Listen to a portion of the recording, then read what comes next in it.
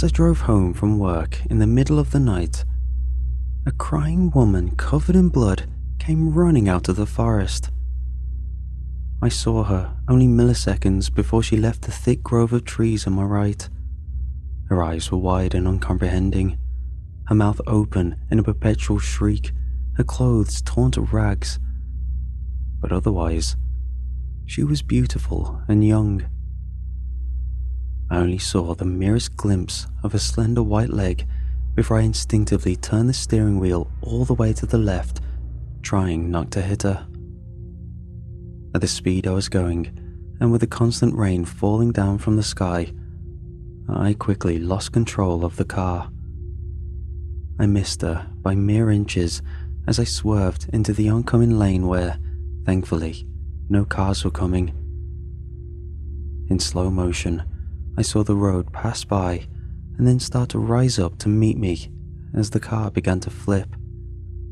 I felt like I was in the air for minutes, but in reality, it was likely only fractions of a second. Then the car landed, the black pavement rushing up to meet me, and my vision turned to blackness. I woke up suddenly in a white room, the walls seeming to be made of high-intensity LED lights. They were so bright and white that it almost hurt to look at them. I squinted my eyes slightly, and they slowly began to adjust to the overwhelming white light surrounding me. I stood up and looked around, rising off a bed made of the same kind of light. "Where am I?" I asked. No one answered. I began to walk forward, and a building began to materialize around me suddenly, the white light all draining out of the room like water running down a drain. I was in a castle, in the entryway, looking out massive black gated doors. I looked behind me and saw the bed was just a bench with flat pillows inscribed with roses and cherubs. The castle seemed to stretch forever in a straight line, hallways with endless mahogany doors disappearing to a point in the horizon. No one moved in the rooms or hallways. Outside, birds chirped pleasantly, and a tropical, sweet-smelling breeze blew past me. I turned my attention back to the front gate, deciding to go outside. As soon as I stepped outside the shade of the castle, a blazing sun warmed me. I instinctively put my arm above my eyes to dim the summer light. As my pupils constricted and I was able to see better, I realized that the light overhead was not coming from a sun, but many eyes looking down at me from the sky. They all sent out some light of their own, brighter than a full moon, but far dimmer than the actual sun. I could look up at them and see them moving, their pupils dilating and constricting as each eye focused on something new. They stayed in constant motion, and there were thousands of them, covering the sky with white sclera, grey, purple and green irises, and constantly flicking pupils as far as my eye could see. "Those are the eyes of God," a voice behind me said. I turned and saw a beautiful woman there, holding out her hands towards me. She had green eyes that shone like emeralds, and a sweet, melodic voice that instantly calmed me. "You are in heaven. You did it, you beautiful child." She came over and put a hand on my cheek. It burned with the touch, sending waves of happiness through my body. As I looked closer, I realized she had on platinum armor and a scabbard with an obsidian sword handle sticking out of the top. Tiny diamonds and emeralds decorated both the scabbard and the handle. "This isn't like I imagined heaven to be," I said, looking at the trees all around us. They were covered in silver and gold, rising up hundreds of feet in the sky. They stood like skyscrapers, swaying slightly to and fro as the tropical breeze blew the smell of fruit and ocean through the air. At the top, I saw what looked like people moving around, flying even, but they were so high up I could barely make them out even when I squinted. "Well, the truth is," she said, her smile widening from ear to ear, showing dozens of sharpened, blood-soaked teeth, her voice deepening and turning into a hissing gurgle. "God killed himself to make this world and your world and everything in between." She brought her other hand up, and now the waves of pleasure I had felt were replaced with burning pain as she scratched me with huge talons that had suddenly exploded out of her fingers. Her skin began to blacken, but the eyes stayed green, expanding into circles of luminescent viridescent light between folds of black, rotted skin. Massive black wings unfurled behind her, squirming with millions of maggots that constantly fell to the ground, writhing as they tried to return home. The smell of the wings made me gag, reminding me of a combination of burning rubber and rotting roadkill. I screamed, clutching my cheek and feeling blood running down it in rivulets. I turned, running away from this monster as fast as I could. The eyes above me seemed to move faster, as if they had been agitated. At that moment, 4 people rushed down from the forest, waving swords and crossbows. They barely seemed to notice me, focusing entirely on the female shapeshifter behind me. She hissed at them like a snake, sending her long, forked tongue flicking out of her mouth and pulling her glowing sword from its scabbard.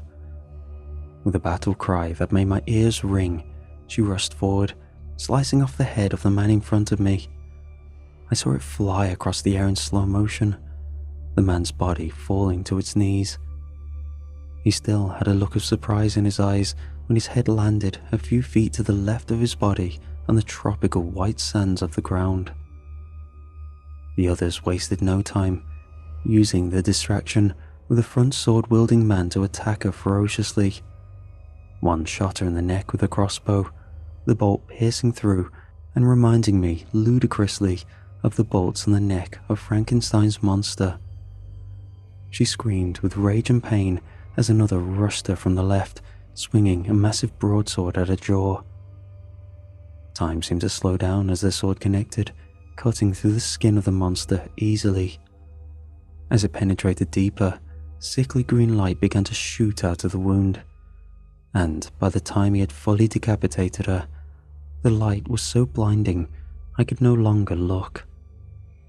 "We have to go," a woman screamed, pointing up to the tops of the massive trees.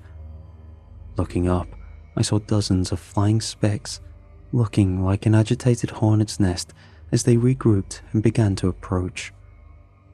I squinted my eyes. I realized they were more of the black-skinned monstrosities, coming to the aid of the one this group of humans had just killed.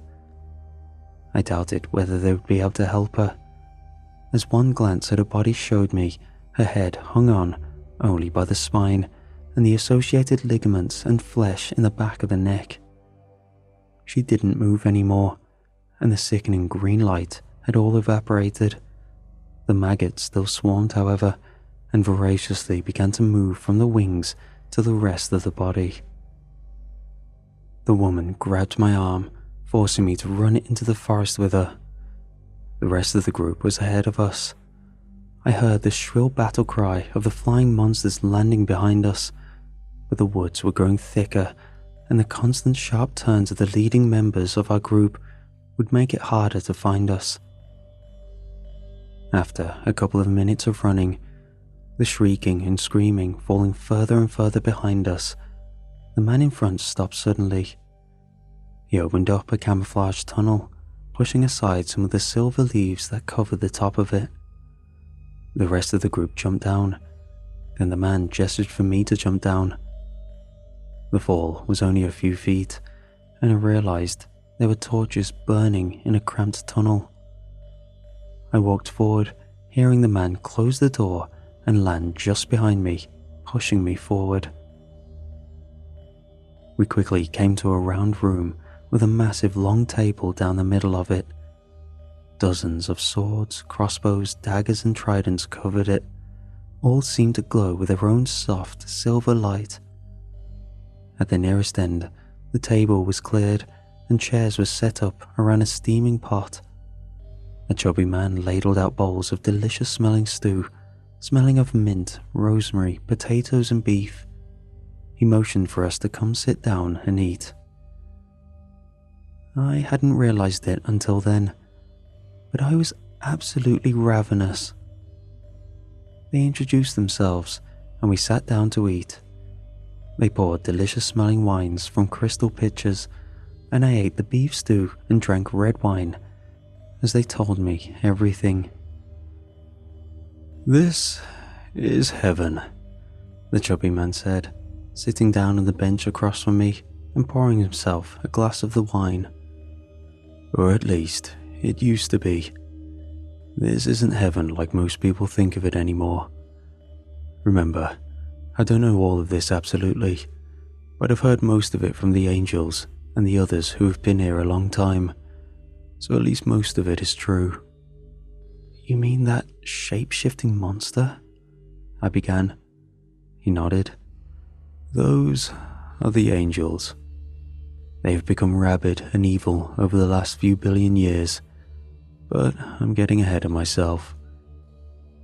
Nearly 14 billion years ago, God killed himself to create the universe. He cut himself open and let eternal amounts of mass, energy, and consciousness pour out of his body, an action which became known to us as the Big Bang. All of this matter had nowhere to go within God's body, so it created our universe instead. Now, God dying isn't like you or me dying, you understand? God dies very, very slowly. It is like he's been bleeding out this entire time. But now, he is truly close to death. In our universe's timeline, maybe another 1,000 years at most, and he will be gone. Once he goes, the entire universe as we know it will go too. It'll instantly turn into blackness once the light of his consciousness no longer lights the stars and worlds of our universe. These angels here, they got an idea that if they fed the human souls in heaven to God's mouth, he would live slightly longer, and it seems to be working. Every time they feed him a few thousand souls, he seems to heal slightly, but he is still dying. At most, they might delay the end by a few centuries, but even that seems doubtful.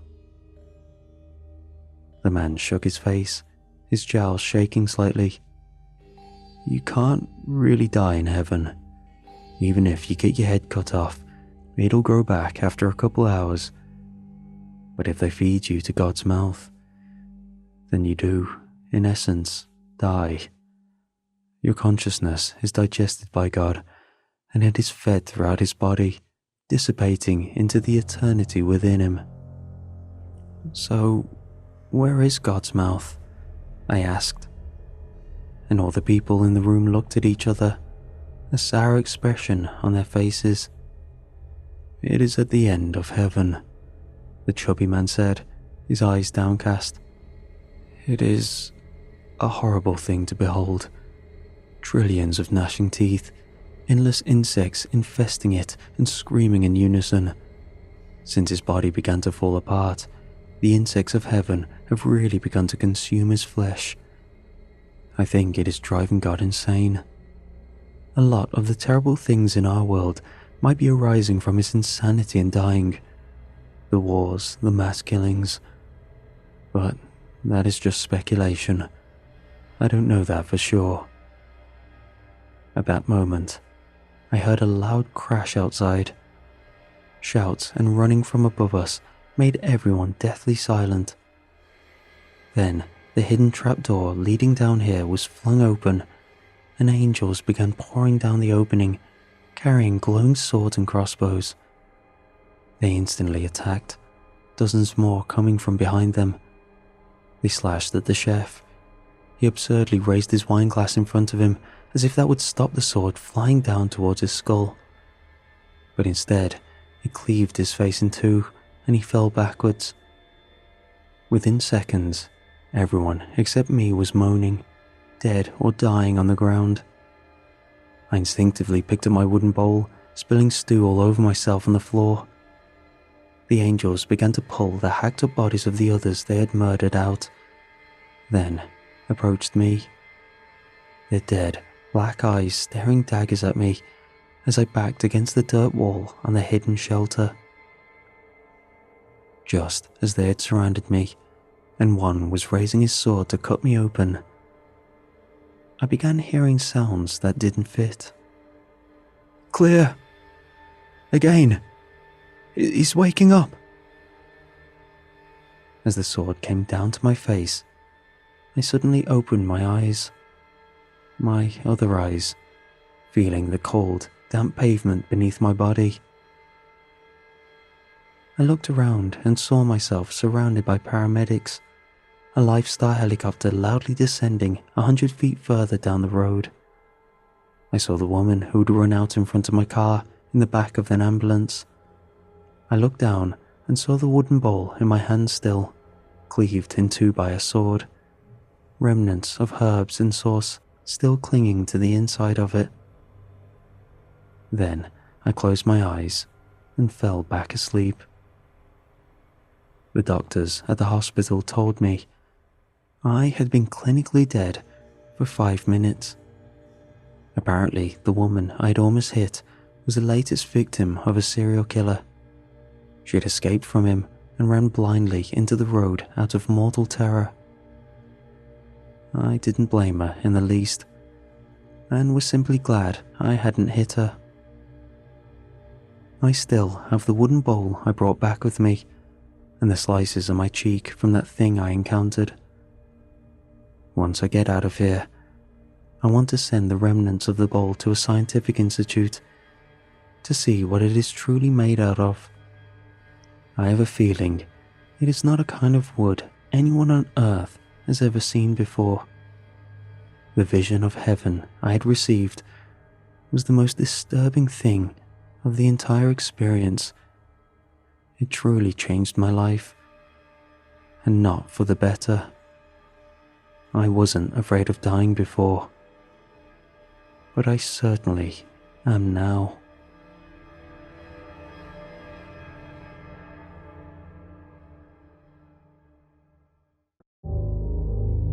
I am part of the 110th generation at this facility. For as long as I can remember, I've worked here. Any memories of my time before are non-existent. I believe it's the same for the others who work here. But it's a don't ask, don't tell topic. Working here, it's rare that 2 days are the same. Each day has a plethora of nuances. Some tasks are rather mundane. Every few weeks, I have to feed the tunnel, a borehole that smells faintly like sulfur. The task is to take a bucket of giblets and offcut bones to the hole to pour in. Sometimes it looks like there's a faint white powder sprinkled on top of the meats, which looks too fine to be salt. I still don't know what it is or what's in the hole, but it's better not to ask questions. I just do my task and move on. However, some tasks aren't as straightforward. Something we're all assigned to be on the lookout for is to report the location of the husk. While walking around the facility, on the floor, in a room or even a corridor, you'll sometimes see a dried up human-shaped husk. It looks like what an insect would leave behind after shedding its skin, though there are no openings. Dark grey and semi-translucent. Though the position sometimes changes, the face is always warped into a wailing face of anguish, and its limbs are often contorted into an uncomfortable fetal position. It never moves, and after being reported, no one has stuck around to see what happens, but it's never there the next day. After sighting, you have to report it to the higher-ups and carry on with your shift. Past then, the husk only proves to be a trip hazard. Currently, tripping on the husk has a 100% mortality rate. Personally, I've never seen it happen, but through the grapevine, I've heard of someone that has. They caught sight of a technician who was fumbling with a folder and didn't notice the husk until it was too late. I was told that he fell straight to the ground as soon as his foot hit the object. At first, it looked like he just caught a nasty fall from the surprise. However, the portion of the leg that nicked the body was missing. Just gone. The trouser hole empty and his shoe was off to the side. The technician immediately started screaming as he grabbed his leg, but not the missing part. He had his hands around where his knee was, wailing in agony. At first, they thought it was because of the pain of his leg being inexplicably removed, but soon his hands clasped together and his otherwise neat-fitting clothes sagged higher and higher. Everyone around realized more of him was disappearing, black dust falling from the empty trouser hole. The rest of his clothes emptied from the bottom up until the screaming stopped, and a discarded outfit remained. It was called in, and everyone moved on. There's no time to dwell here on the happenings of others. Too much downtime like that can get you written up. Because of such events, it's sometimes better to avoid making friends. A lot of new people are hauled in, not always at once, but sometimes that's the case depending on the severity of a recent incident. Often, the fresh faces are confused, bewildered, or straight up manic. It's not easy working here, so it's especially not easy when you're new. There's a lot to adapt to, and you must adjust fast. One fresh face was friendly, introduced himself readily to anyone around. This is not the norm, and he was brushed off by many of the more senior staff. However, I was still relatively new myself. I knew the feeling of wanting familiar faces around me, so I took the bait. We shook hands. He told me his name, though I didn't tell mine. But otherwise, just engaging with him was the most anyone had given him since he'd arrived, and he seemed to find comfort in our short, one-sided conversation. From then on, he would hover over me during our downtime. Spending your break rubbing shoulders with whoever is around is normal here. No one is particularly close, so it means you just mildly get along with anyone close by just to vent. However, this guy always seemed to find me when we had breaks that lined up. He was generally very polite, if not a bit too open, in contrast to what we're used to here. I hadn't seen him on shift until an incident occurred. He was assigned to the quiet room for a few hours. It's a sterile white room with a small black box atop a metal table. As the name suggests, being quiet is of the utmost importance. Before going in, you're made to change into a frictionless, skin-tight suit to avoid the sound of brushing clothing fabrics. No electronics are to be taken in if an emergency pings your personal device.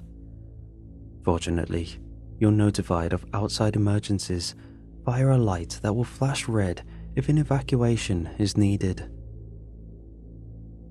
It sounds daunting, but you are simply required to ensure everything in the room is in order and observe the box for any irregularities. The new guy does this to the letter. First, he went around to check all angles, looking at the front and viewing all sides of the box. Then, he simply stood there and observed the box, only moving around occasionally to recheck the other angles. I was stationed outside to ensure his entry and exit were executed correctly. After a few hours, the yellow light blinked, which meant it was time for him to leave. He slowly made his way to the exit. I quietly opened the door, and just before the door latched, he breathed a sigh of relief. I froze, knowing what he just did. Though you have to maintain silence in the room, there is leniency. The blood rushing in your veins, your heart pumping, your lungs taking in air. All of these are not enough to set off the box. However, his sigh just tipped over what was acceptable. A grumble groaned from inside the box, and he looked at me, dismayed.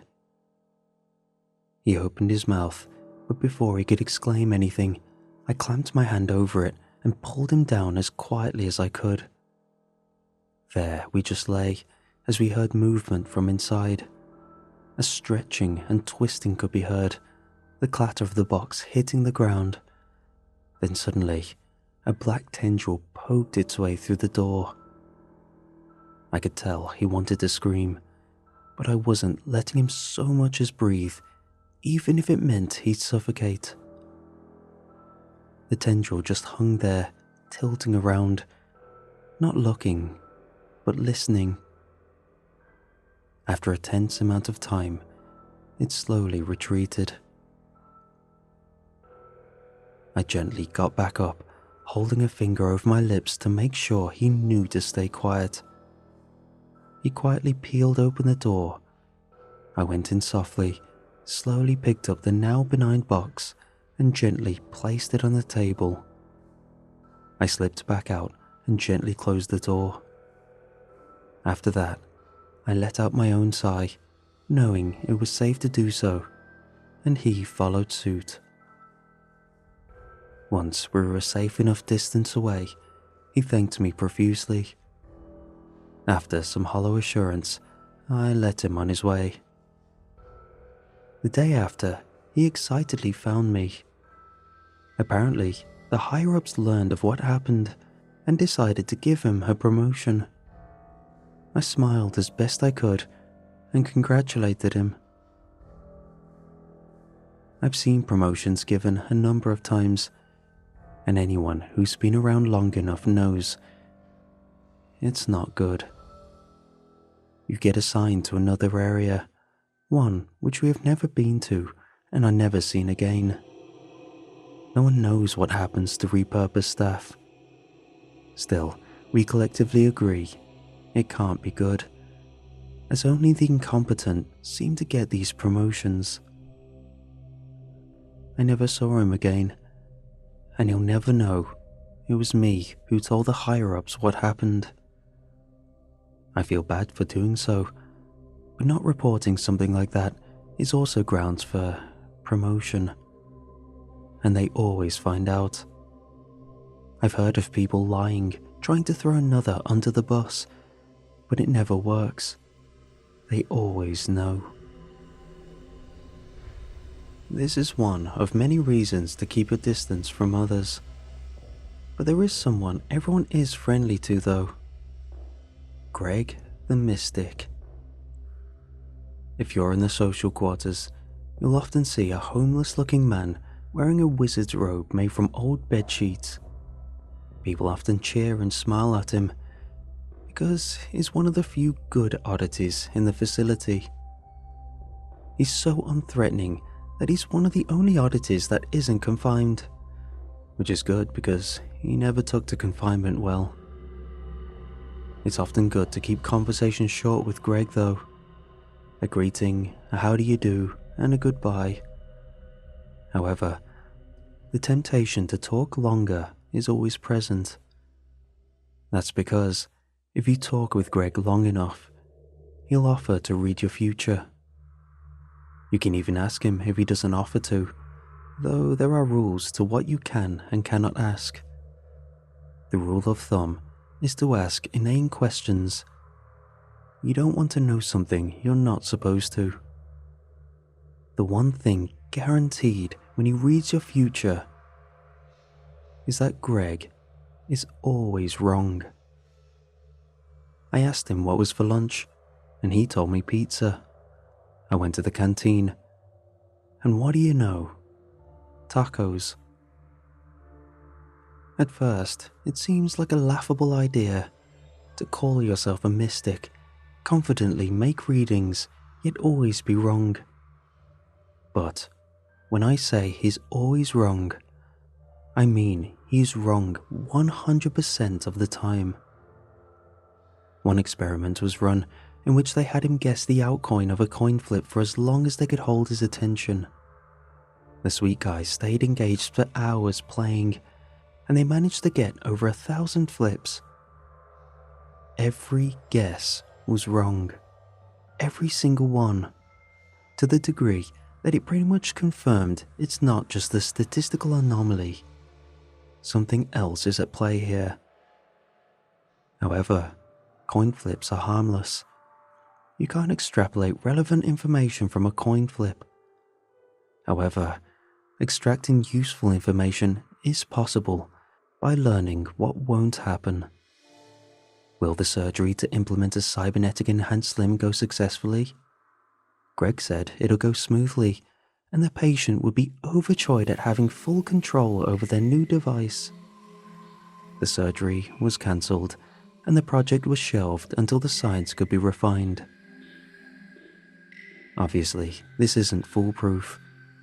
You can only extrapolate so much from a negative response, since learning what won't happen is one of many outcomes.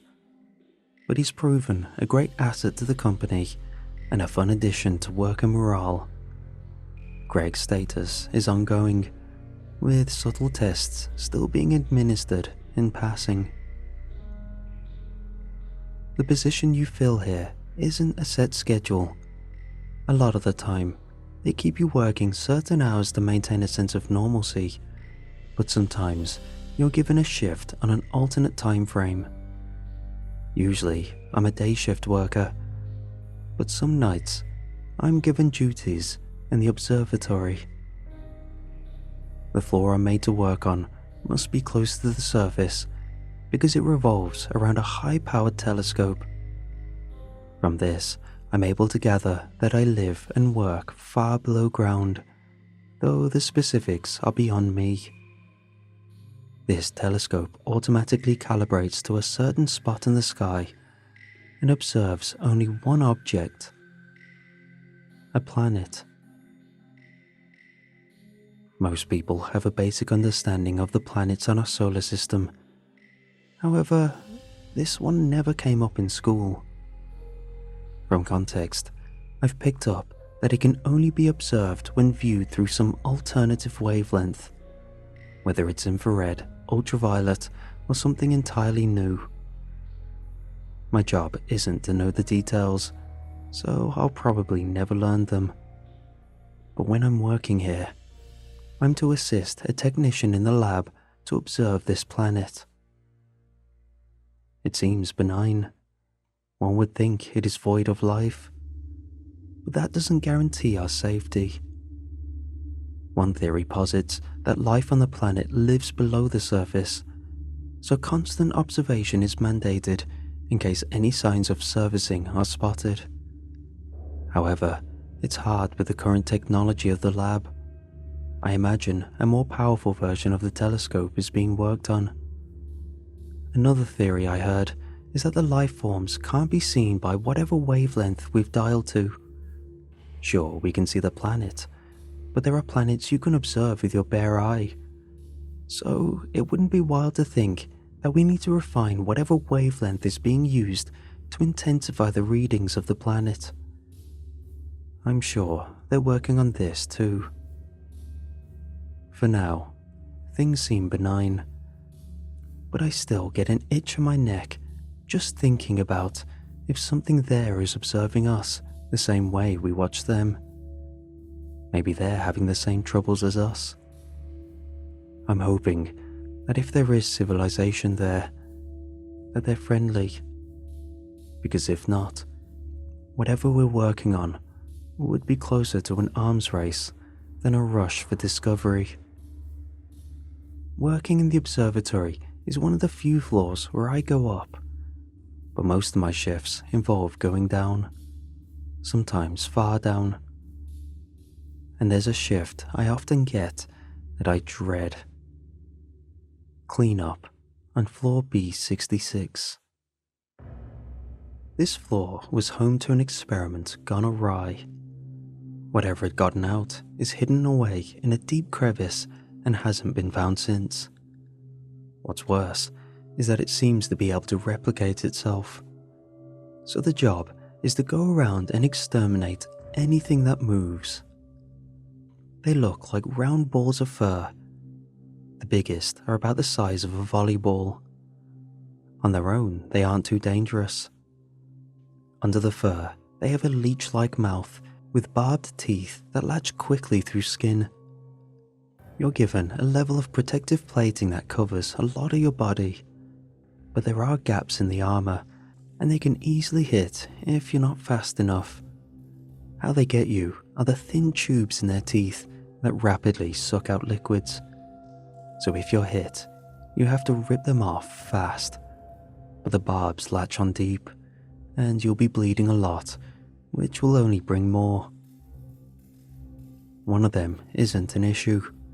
2 or 3 are manageable. But if left too long, clusters can gather. One upside to this shift is that you get to play with some of the facility's toys. Even though there's power on the floor, most of the lights are out. From cursory glances, it's presumed that these creatures had gnawed through many of the wires, maybe while digging in the walls for an escape.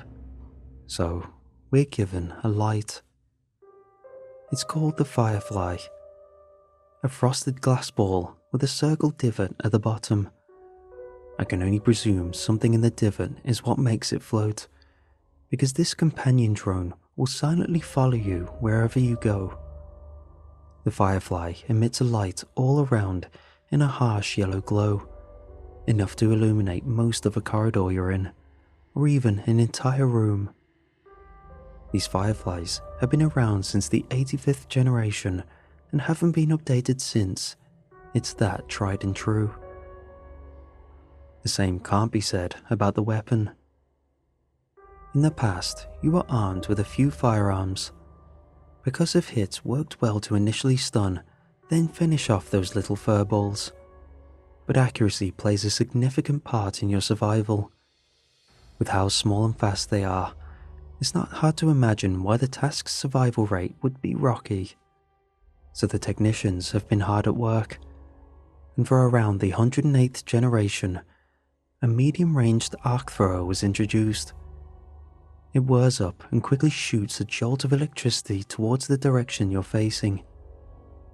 Something in the furball seems to be conductive, because you only have to aim in the general direction, which is much better than trying to hit one mid-jump with a 9mm. Whatever makes them so malleable to fit through small gaps also seems to mean their membrane is so thin that they perish after one harsh jolt. And the battery lasts long enough to last even a hectic shift, making the job much more trivial on an easy day. However, not every day is an easy one. It isn't confirmed whether they have a higher intelligence or it's just coincidence. Still, the furballs have been known to set up some devious situations. A report was made that 2 furballs were sitting in a hallway about 30 paces through a doorway. The worker needed to step through to get in range to hit both at once. It was only after he stepped through that he realized the situation. A furball was lurking above behind the doorframe, and as he focused on the 2 in the hallway, the lone furball dropped down and went straight into the back of his neck, between the joints of his helmet and backplate. The Firefly documented this and posed a warning for future shift workers.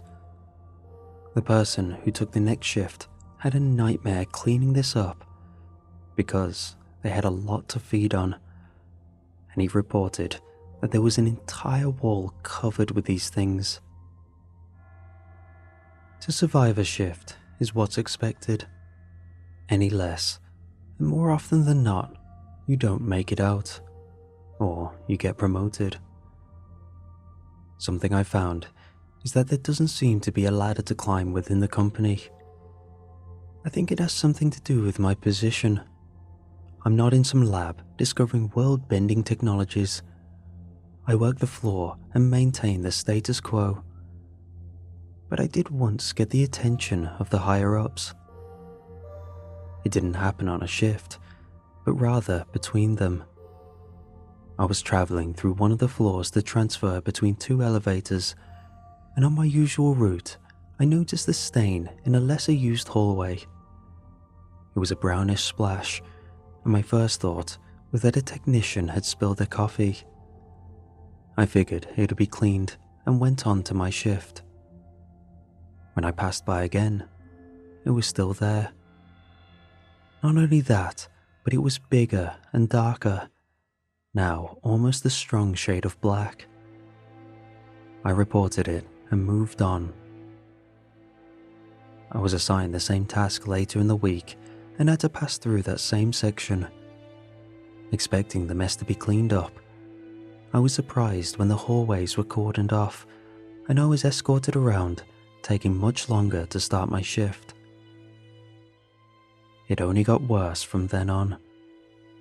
Each time I passed by, more and more of that floor's block was sectioned off. After a month, no one was there to walk me around. The pale yellow curtains that blocked viewing of the area were all gone. I tried to make my way through my old route, but was blocked off, this time by a wall. Where I first saw the stain, there was now a whole new lab. Technicians rushed by, seemingly working overtime with so many tasks on their hands. I later learned what happened when I was assigned to assist in that section. The stain grew. At first, they tried cleaning it, but it never changed, no matter what substance or abrasive they used. Eventually, it stopped spreading, and when it did, it resembled the silhouette of a man. Day by day, though, it no longer grew outwards, but rather up. Slowly and seemingly inevitably, a person is coming out of it. Right now, it's being studied, but nothing is known of what will happen when the figure emerges. On the plus side, I was rewarded for reporting it. They gave me an hour with a music box. From my experience, most of the things we deal with here are hell, but not all of them are otherworldly threats to humanity. Some are objects of bizarre uses, one of which is the music box. Long-term exposure has been known to have adverse effects. However, in the short term, it has provided ample reward for especially outstanding work in the field. The object itself looks ornate, but otherwise unremarkable compared to the horrors here. It's a dark, stained oak wooden box with grooves etched around to distinguish the edges. The outside is smoothed with a polished varnish, and across the top is a detailed carving of a snake wrapped in a mother-of-pearl-like effect around an apple with a juicy red resin fill. On the side is a polished brass handle which is used to crank the box. It sits in a rather fittingly decorated room. Wooden bookshelves holding ancient-looking books, all filled with blank pages. A deep crimson Chesterfield chair sits next to an artificial fireplace.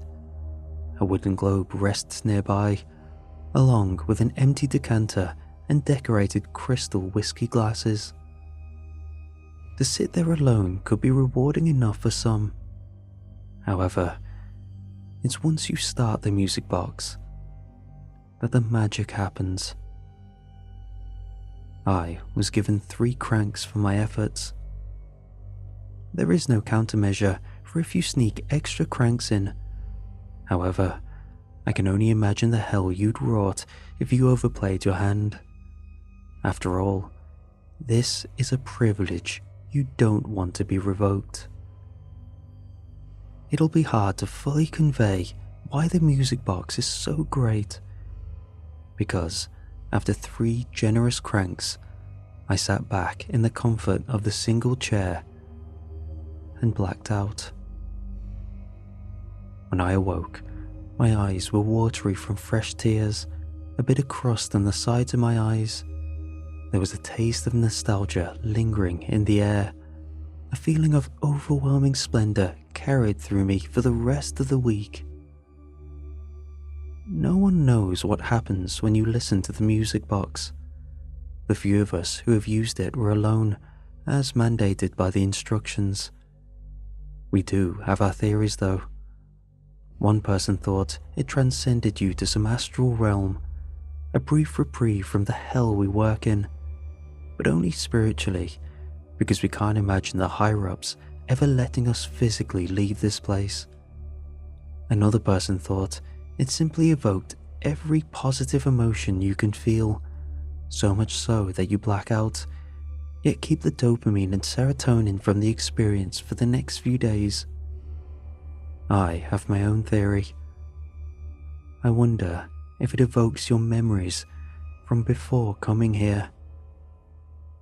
My memories start in this place, and all the fresh recruits are about the same age. We must have had a life before this, which was taken. Maybe it brings back the memories of family, ordinary life, and the peace we used to have, of which we're only allocated a certain time with. God knows what the higher-ups would do if we ever had knowledge of the outside world, because our drive would no longer be of the efficiency of the facility, but the ability to get out. We're subdued with a mix of fear and complacency, so to have something to fight for, I know of many who would die to try achieving it. But this theory is a bit of a stretch, or maybe even a hope, and it's one I keep to myself. All I know is that the music box was not made in the labs here. A lot of the stuff here is brought in from outside. But that doesn't mean our problems only come externally, because we also have our own internal issues. I mentioned that this place runs on generations. No one knows what signifies a jump in a generation. It's not annually or any set time period. I know this because I've seen a generation jump after 2 years and another time after 2 weeks. However it is determined, it's also how certain things are labelled. I mentioned that I'm part of the 110th generation. Currently, we're in the 117th. All the people working here are a mix of older and newer generations than me. But the same also applies to technology. I mentioned that the Fireflies are 85th Gen Tech and the Arc Thrower was 108th. These are things we still have stock of and are still being produced to this day. But some tech runs so far back that even the generation number has been lost. With the nature of the facility, archiving isn't the most reliable. On top of that, sometimes entire sectors are lost due to incidents, so some knowledge and tech are lost entirely. And a vital tech that we're slowly running out of is the sleep tubes. It's estimated that they're from around the 15th to 23rd generation. They're long glass tubes filled with a pale yellowish chemical, topped off with a plastic cover. I work with them sometimes, and what we do with them is simple. If you go to floor B66, you'll find a huge circular pit. There are no guard railings around the catwalk, so you have to be careful when navigating the low-light environment. The pit goes so far down that it's almost pitch black. Though it's not advised, if you shine a light down there, you can't see to the bottom. However, you can hear it. A rhythmic groan that pulsates at a slow tempo. You might not figure out what it is when you're there, but when you're told what you're doing, it becomes apparent what it is. It's snoring. Whatever is down there is in a deep sleep. The job is to silently carry the tube to the device along the east catwalk, make sure it's plastic side down, and put the tube in. Once secured, you pull the lever. A clunk will go off, and the liquid rapidly depletes downwards. A loud groan will echo around the chamber, but stay quiet, and eventually, the snoring will resume. Take the tube out, which will now have a puncture in the plastic, and dispose of it. Then, you're done. Whatever is down there is currently in a perpetual state of slumber, and it's solely because of this chemical. The problem is, we're quickly running out. The storage room for them used to be full when I started, but this is one of the 5 storage rooms, the rest of which are empty. But now we're down to the last quarter of this room's stock, which means once these are out, we're out for good. Right now, technicians are hard at work over this, either trying to replicate them or develop a new system to keep up the perpetual slumber. I don't know of their progress, but to me, it's looking dire. The technicians occasionally take a sample to run tests. I understand the urgency, but each time they take a sleep tube to run tests, that's one less we workers have to use. We're burning the candle at both ends, and it's worrying. There are a lot of duties that aren't talked about in downtime. Either they've become a mundane part of the job, or simply because we want a reprieve from the daunting tasks we are given. But one shift is talked about in hushed circles: the final shift. This isn't the official name of the task, but rather a nickname given by the workers. When it's been assigned, it's the hot topic of the day, because it might be the last time you ever see that person. The final shift is performed deep on floor B100. I'm not sure if that's the deepest level of the facility, but it's the furthest I've personally been on. Often, there are many experiment sectors within a single floor, but this is an entire level dedicated to this one task. I entered the longest elevator ride I'd ever been on, and when the doors dinged open, I was met with a whole floor bathed in a green light.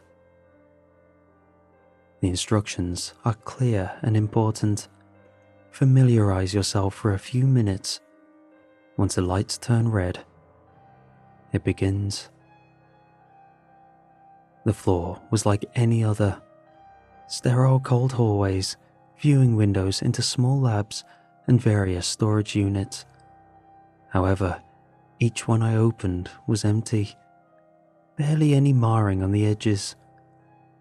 Everything here is almost like a prop, set up to make the appearance of a normal floor with none of the actual function.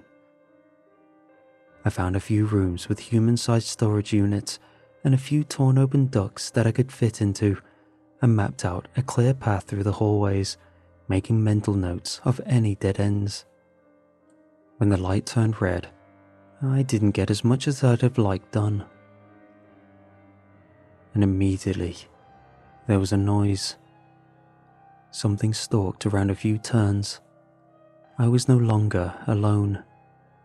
The game of cat and mouse had begun. I softly slipped through rooms, I ran when chased. I came dangerously close to death many times. I spent nearly 10 minutes in a locker, with whatever it was just knocking on various cabinets in the room. It knocked on my locker a few times, but I held in a whimper long enough for it to not look inside.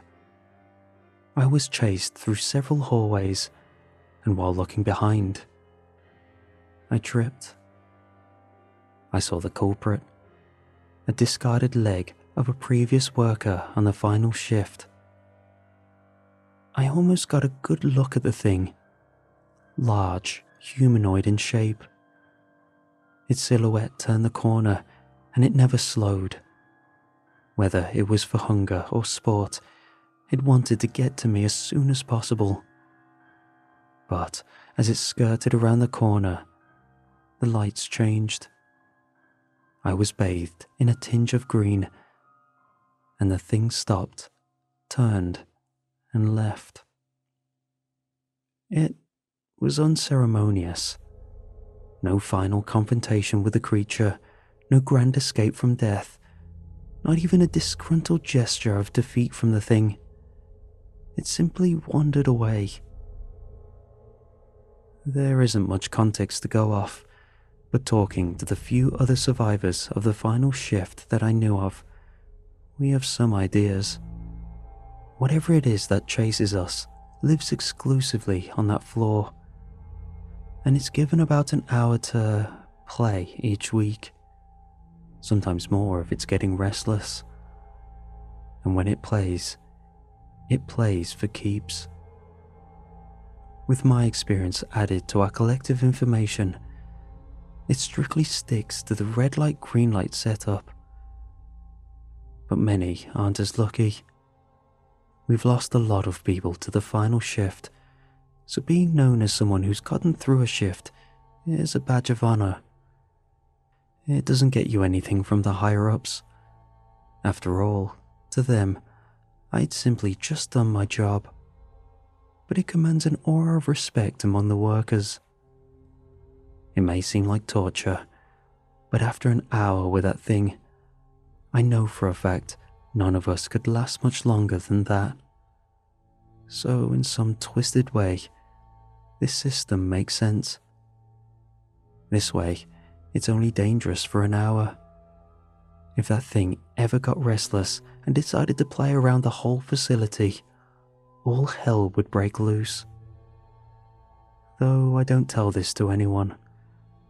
I grumble with the rest that it's a torturous system that should be abolished. And this is just one of the many duties we have to do. No 2 days are the same, and for each task or incident I've mentioned, there are hundreds that I haven't. And even then, I haven't seen everything there is to do here. But hey, it's all part of the job.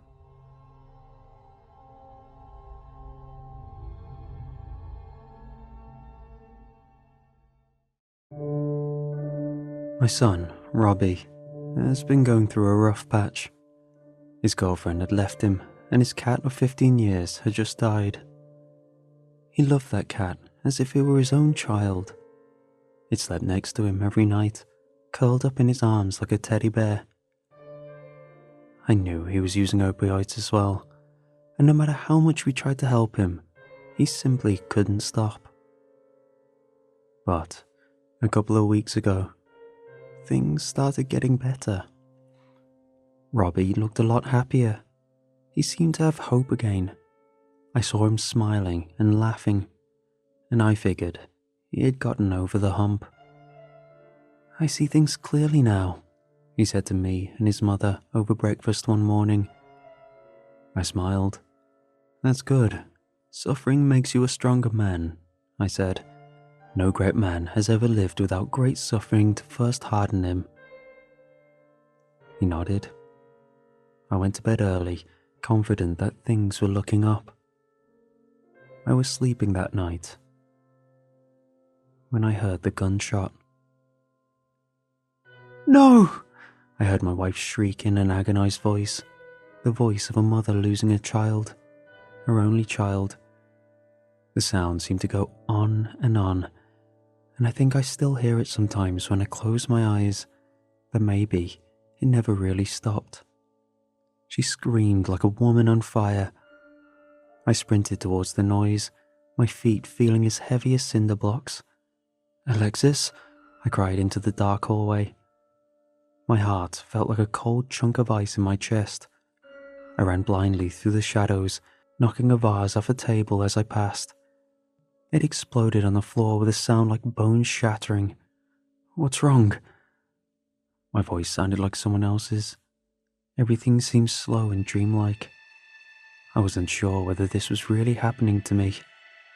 I felt totally dissociated from everything, a state that would continue for days afterwards. The only response that came to my calls were more hysterical sobbing and incoherent screaming. I flew through Robbie's open bedroom door and saw a scene from a nightmare. A shotgun was sprawled at his feet, thrown onto the hardwood floor like a discarded toy. Robbie sat in a recliner. His face was almost entirely gone. I saw deeply into his skull and brain matter. He had blown off everything from the top of his mouth to his nose, to his right eye and right cheek. His forehead had imploded like a smashed pumpkin. The left eye gazed sightlessly ahead, wide open and as blank as a statue's. I felt a tight constriction in my chest. I grabbed at it, falling over. I remember the darkness interspersed with flashing lights and voices from 1,000 miles away, piercing the void. I reached out, trying to escape, but the darkness seemed eternal. I woke up in the hospital, surrounded by the sounds of beeping machines and soft footsteps. I opened my eyes and found myself in a hospital bed. A few minutes later, a doctor came in and told me I had suffered a mild heart attack and would undoubtedly have permanent heart damage. However, my wife, even though physically unscathed, was in even worse shape. I remember walking to the psychiatrist's ward a few days later. My heart still felt tight and constricted, as if the cage of bones around it had clenched down with their finger-like ribs. The nurse was a large woman dressed in faded green scrubs and had a face like a tired weasel. Her brown eyes looked out at me from drooping facial features. Her many chins wriggled and danced as she led me through the hallways of madness. I passed by a schizophrenic man in his early 20s. He talked to himself, walking in circles. He reminded me of people I had seen on bad acid trips, except this trip never ended. I saw the birds, green birds in the mountains. Sightless eyes are green too. Why do they always drink from the poisoned stream? Alone to God with sightless eyes. I see. I passed on by, extremely interested. I wanted to ask the young man more, but the nurse kept hurrying me along. And then I remembered the grim circumstances I was actually there for. My wife was in the room at the end of the hall. It was sparse. Only a desk, dresser and bed stood there, all nailed to the floor. Laying on the bed, I saw my wife. Her arms were extended up towards the ceiling, like a child asking to be picked up by a parent. She didn't move or speak. She appeared as an eerie, living statue, laying there with open eyes. Her breath came in slow, steady rasps. "She is in a catatonic state," someone said from behind me. I turned, seeing a doctor in a white lab coat entering the room. He had striking blue eyes, the colour of an Arctic glacier, and deep wrinkles around his aristocratic mouth. His hawk-like nose gave his face a serious, reflective character. He walked over to Alexis. Her once golden skin looked pale and lifeless. Her eyes had sunk deep into her face, like the last bit of water at the bottom of a deep well. "She is what we call waxy flexibility." He took a left wrist and, like moving the joint of a mannequin, pushed her arm down towards the bed so that it was at a 45-degree angle to the mattress instead of a 90-degree angle. Her arm hung there, unmoving. It was eerie seeing my wife turned into a doll, her mind apparently shattered. "How long?" I said through a hoarse, choked voice. I felt drained from my stay in the hospital and the trauma of the last few days. "How long will she be like this, doctor?" He looked away. "I'm sorry, but that's impossible to say," he said. "We are doing everything we can, however. We are giving her electroshock therapy." "Electroshock?" I asked, aghast. He nodded grimly. "This is usually a sign of schizophrenia. Does she have a history of mental illness?" I shrugged. "Not that I know of," I said. "Traumatic incidents can sometimes trigger it in people who are genetically predisposed," he said in an impassive voice. "It's possible she has had symptoms before and she simply hid them. You never notice strange behavior like paranoia or disordered speech or hallucinations?" "Well," I said, thinking back to the incident last month, "she did say something about seeing a ghost in Robbie's bedroom." "A ghost," the doctor said, his mouth hanging open slightly. He quickly regained his regal bearing, giving a slight smile. "That could certainly be a sign of hallucinations. Did she physically see the ghost standing there? Did she talk to it or have contact with it?" I thought back to that strange night. Thinking of Robbie again brought back a sick, empty feeling in my heart. "I saw someone peeking in through the window," Alexis whispered in a quivering voice, her dark eyes wide and frayed. "The window of Robbie's room?" I jumped from the chair, taking out my phone and keeping 911 on the screen so that I could press send and start the call immediately if necessary.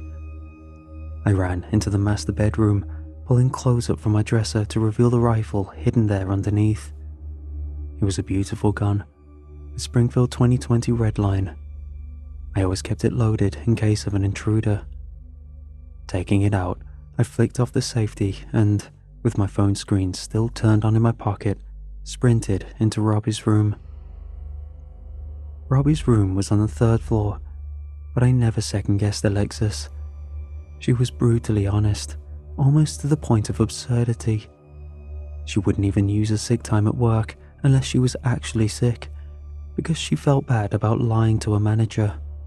So when she said something, I instantly believed it. My mind raced. I wondered if someone had a ladder against the side of the house and was trying to break in. It was the only thing that made sense after all, unless Jesus had decided to descend back down from the clouds and fly around for a while. I looked in Robbie's empty bedroom. For a moment, I thought I saw something skeletal peeking over the edge of the sill. It seemed to have eyes like a possum caught in the headlights, glowing an eerie cataract white. I thought I caught a glimpse of writhing snakes twisting lazily in the breeze, their eyes open and mouths slightly pressed together, as if in expressions of disapproval. I blinked and found the window empty. I strode over and looked down, seeing nothing. I went back and told Alexis there was nothing there. Her lithe body felt light and free as I wrapped my arms around her, hugging her. She began to cry, her shaking chest pressed tight to mine. After getting home from visiting Alexis in the psychiatric ward, I found myself alone in the sprawling house. It felt eerie. My footsteps seemed to echo far too loudly in my ears. I decided to investigate Robbie's room. In the silence, I could always hear my own damaged heart, each beat like a sand grain in an hourglass flowing toward death. But perhaps that was a good thing. Perhaps I would see my mother and father again, my grandparents, my old dog, my son, and all the others I had lost. I remembered a story my friend Angela had told me after she had converted to Buddhism. She had lost her daughter in a drunk driving crash a few years earlier. She had started to lose her mind in worsening waves of depression, anxiety, and suicidal ideation. Yet, a few months later, when I talked to her, I found her eyes bright and her mind recovered. She had the look of a true fanatic, yet she also emanated a peace I had rarely seen. She told me a story I would never forget. The Buddha once had a similar case in the ancient scriptures. A woman had gone mad with grief over the loss of her only son. She would walk the town, her mind shattered, screaming for a boy. So the Buddha was in the area. The woman came to him weeping, asking him to bring her son back. The Buddha said he would bring her son back, but that he needed her to find an ingredient for the ritual first. She had to find a grain of rice from a house that had never lost a loved one. She wandered the area, asking every person she could find if they had never lost a loved one. But they all told her, "No, I lost a mother, a father, a brother, a sister, a son, a daughter."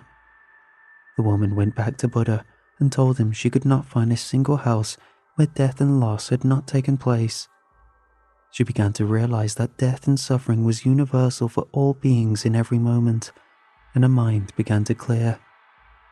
"So it is," the Buddha said. "So it is. Grief, suffering, lamentation and stress come from one who is dear, from those who we love. But true bliss comes from not clinging, from not craving, from non-attachment to all things." Taking a deep breath, I pushed open the freshly painted white door to Robbie's room. The place looked Spartan now.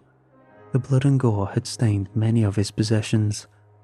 I had a professional cleaning company come in and throw them away. The hardwood floors had also been ripped up and replaced in the worst areas where massive puddles of blood had dripped through the cracks. Tears came to my eyes. I inhaled for a long moment, blinking my eyes fast to try to clear them. I saw his notebook on a bookshelf in the corner. I went over, looking through them, until I found a slim, black volume titled Diary. As I flipped to the first page, a drawing of Robbie sleeping as something hideous with melting skin and glowing eyes lay next to him. This abomination wasn't sleeping, however. It stared right at Robbie with excited, lidless eyes and grinned. Next to it, I saw some verses scrawled in Robbie's spiky, copperplate handwriting. It was an old poem written by one of his favourite poets, Gene Jones. I had heard Robbie recite it from memory a while back, and it had given me the creeps.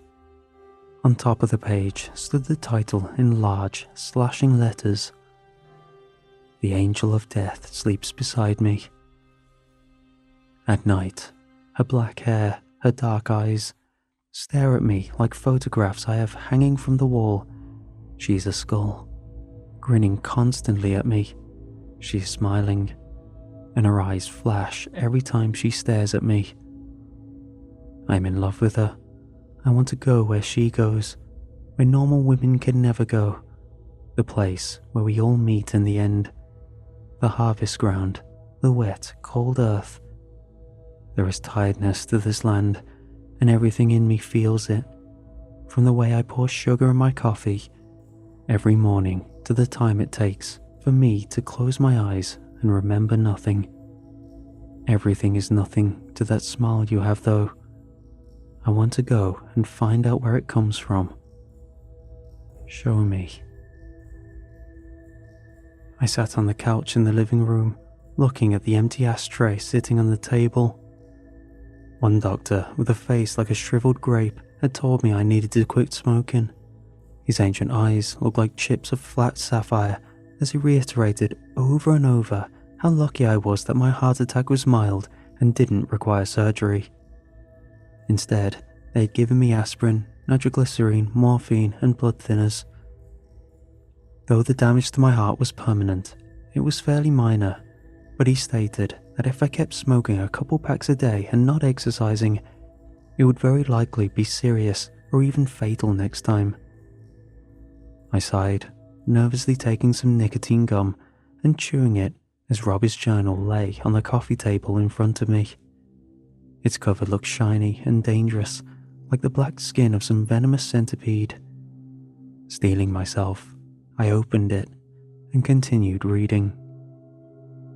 "She comes in different forms," he had written, and that was very nearly the last thing he had written in the entire diary. All of the online pages had drawings after that. He was a very talented artist, and I had often encouraged him to continue drawing and painting. The first drawing showed a van, its headlights looking like staring, cataract-covered eyes. In its interior, teeth hung down from the ceiling, dripping saliva. More razor-sharp fangs stuck up from the floor. A couple and a young child sat huddled in the back seat, their mouths open in silent screams as the back of the van had started to crush and close in on the family. I flipped to the next one. It showed an abomination hovering over the ground, its shadow reaching out like prodding fingers behind it. Its head was twisted around backwards so that I couldn't see its face. It had giant reptilian wings stretching out on both sides of its body like the wings of a bat, spiky and sharp and framed with narrow, curving bones. It wore a shimmering black robe and had dozens of eels or snakes growing out of its skull. Each of them had dead, white eyes and sharp, dripping fangs. Sickened, I kept flipping, finding more and more disturbing images. Finally, I got to the last page. I saw what might have been a self-portrait of Robbie, but everything looked wrong. His teeth were coloured black, his eyes shone like polished silver, full of sadistic glee and lunacy. The fingernails had become dark talons, a forked tongue peeked out through thin lips. Underneath, in small letters, he had written, "The angel of death is a scream wrapped up in a dark, sickly thing. She is eternity." I couldn't sleep that night. I stood, pacing, watching TV and chewing nicotine gum. I wanted a cigarette very badly.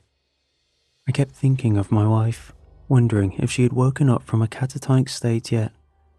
A small voice in the back of my head wondered if she would ever wake up from it, but I quickly banished it to the darkness of my subconscious. At 3:33 a.m., I heard a crashing sound at the front door. I jumped, sending my water glass shattering on the floor. It sounded as if someone had taken a sledgehammer to the door. The wood bowed inwards, as if it were made of cardboard. Another knock came, sending deep cracks skittering across it like the fault lines of an earthquake. I got up from the living room couch and ran upstairs, grabbing my rifle and some extra magazines. A minute later, the third knock came, and I heard the wood give a tortured shriek as the door splintered into 1,000 pieces far below. My breath caught in my throat. "Dad," Robbie's voice cried. It sounded sickly and diseased, as if he had been gargling with razor blades. His voice came out distorted and eerie, but I still recognized the voice as my son's. I didn't answer. I hid in the master bedroom with the door locked and the rifle pointed straight at it. I heard heavy, plodding footsteps smashing against the first floor, circling around and looking for something, looking for me. I looked in the bedroom mirror, seeing myself, a pale, thin man with black circles under his eyes, his body trembling and weak. The gun felt like a paltry piece of junk in my shaking hands. Whatever was impersonating Robbie started to ascend the stairs. I heard the wood groaning and straining as his inhumanly heavy footsteps shook the house, coming closer and closer. Finally, he arrived at the other side of the door. "Dad," Robbie gurgled. "Open up. It's time." Something smashed against the door as if an anvil had been thrown at it. The door broke along the middle, sending spidery cracks searching up and down the sides of it. I knew one more good hit would break it. Inhaling deeply, I opened fire. The ear-splitting cacophony of emptying an entire chamber as quickly as I could instantly deafened me. The smell of gun smoke hung thick in the air, but behind it, I smelled something else, something much fouler, almost like tomatoes and roadkill left out to rot together under a hot summer sun. The tinnitus in my ears had begun to subside as I took out the empty magazine, throwing it and slamming another one into the chamber. Like a man waking up from a dream, I remembered the phone in my pocket. I quickly took it out and dialed 911. It rang for what seemed like an eternity, but then finally someone picked up. "Oh, thank God," I screamed. "Please send help. I'm under attack at—" "Dad," the distorted voice hissed through the phone. "Is that you, Dad? It's so dark and cold here. I don't know where I am." I froze, the phone slipping out of my numb fingers and hitting the floor. "Go away," I screamed at the top of my lungs. "Leave me alone." I could feel my heart tightening and anxiety rising in my chest. I was supposed to be relaxing after my heart attack.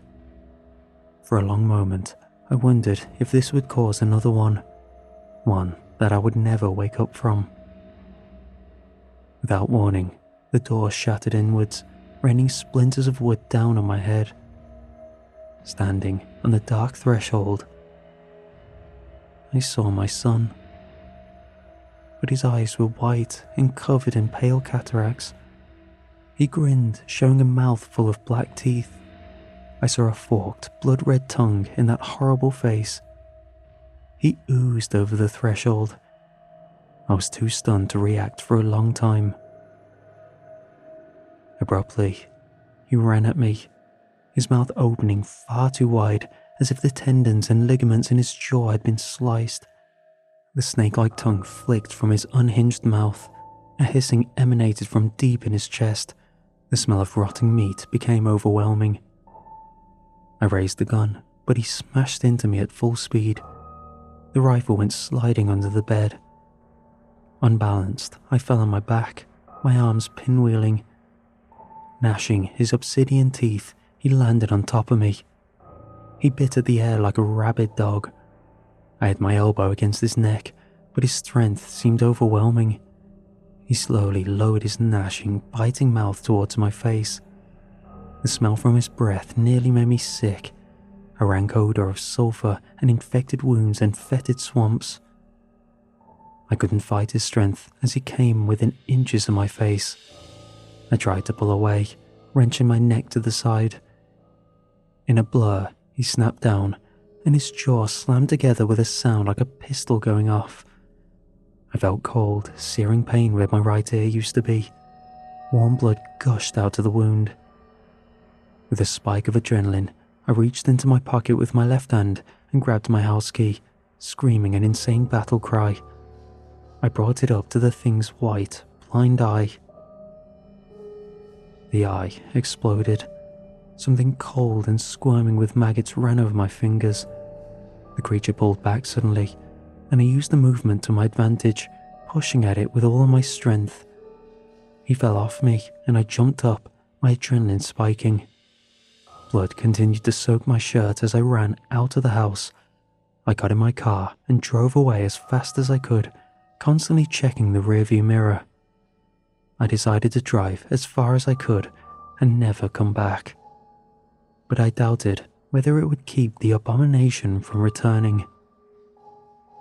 The winter wind whipped over the empty streets as I fled, blowing flakes of ice and snow across the dead earth. Covered in blood and shell-shocked, I listened as it howled with the cold agonies and unheard voices of the damned.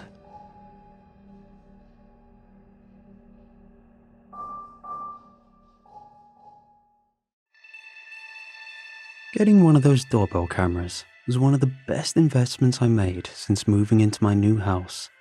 If something happens outside your house, you catch it. I was one of those skeptics who thought it would be useful to track package deliveries and ward off porch pirates, especially since I'm not home much because of work. But this has made me privy to little mysteries I wouldn't have figured out otherwise. Like, why was my sprinkler flooding half my yard in the morning? Well, a neighborhood kid knocked it over on his bike on a late night ride. I even got a clip of one of the local kids taking a hilarious spill on the curb outside my house, which I gladly shared around the office. But some mysteries are too much for one person, and I wrestled with a Moby Dick of problems. I got pinged with a notification of motion captured by my doorbell, and when the clip started, I saw a man waltz up to my post box. He was gleeful with his movement, a semi-pranced glide with a wide toothy grin. For him, he was a kid on Christmas, and my post box was the toy he'd wanted all year. He reached in and pulled out one of my white envelopes, and immediately I was raging that someone was stealing my mail. Not a package which would have had value, but one of my nondescript bills. I prayed he wasn't doing this to steal my personal information, but that notion was quickly thrown out with what he did next. He slipped as much paper would fit into his mouth, bit down, and yanked sideways, ripping the letter in half, envelope and all. He chewed like he was eating A5 Wagyu beef and swallowed with glee.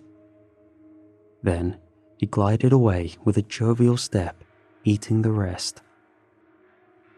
The emotions I felt couldn't be quantified with a straightforward word. I was angry, confused, shocked, and a mix of many more swirling thoughts. Did a man really just eat one of my letters? It didn't make any sense. I was so taken aback that I didn't know how to respond. How do you report something like this? He didn't seem to rifle through the letters, looking for anything in particular. He seemingly took one at random. When I went home, I checked my mailbox, and all my usual letters were there. But as a one-off incident, I wasn't too pressed about it. Most likely, nothing of value was taken, since the only letters I received were bills or spam. So I easily chalked it down to a junkie that wandered to the nice side of town.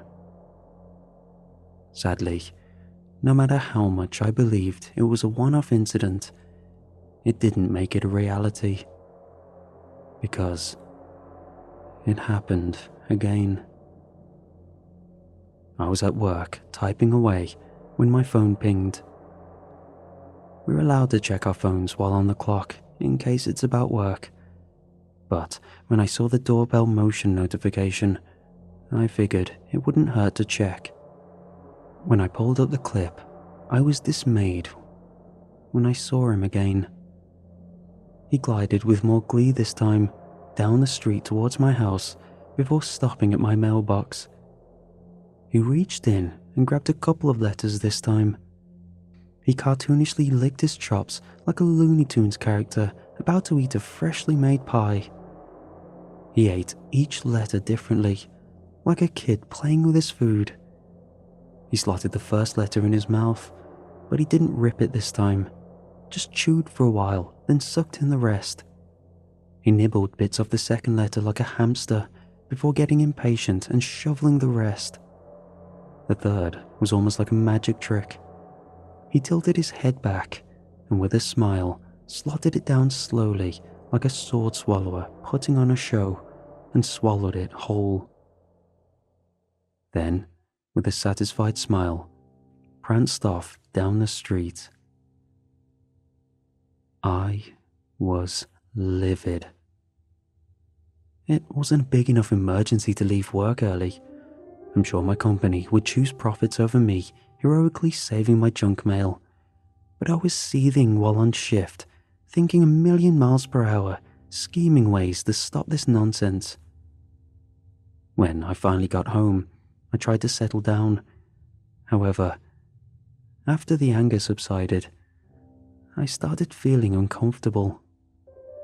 The context of the whole situation began to sink in. For a start, I no longer felt that this was a one-off incident. This man had visited twice, which only led me to think he'd come more. Also, every time I watched the footage, he never touched any of the other houses in the neighborhood, only mine. This meant he was specifically targeting me, though I couldn't think of why. I started feeling paranoid. Despite my doorbell camera not being hidden, he never seemed to look for it in any of the saved clips, which meant he wasn't hiding in any way. But if he was targeting me and wanted to be seen, what if he was doing things he didn't want to be seen? I suddenly felt very watched.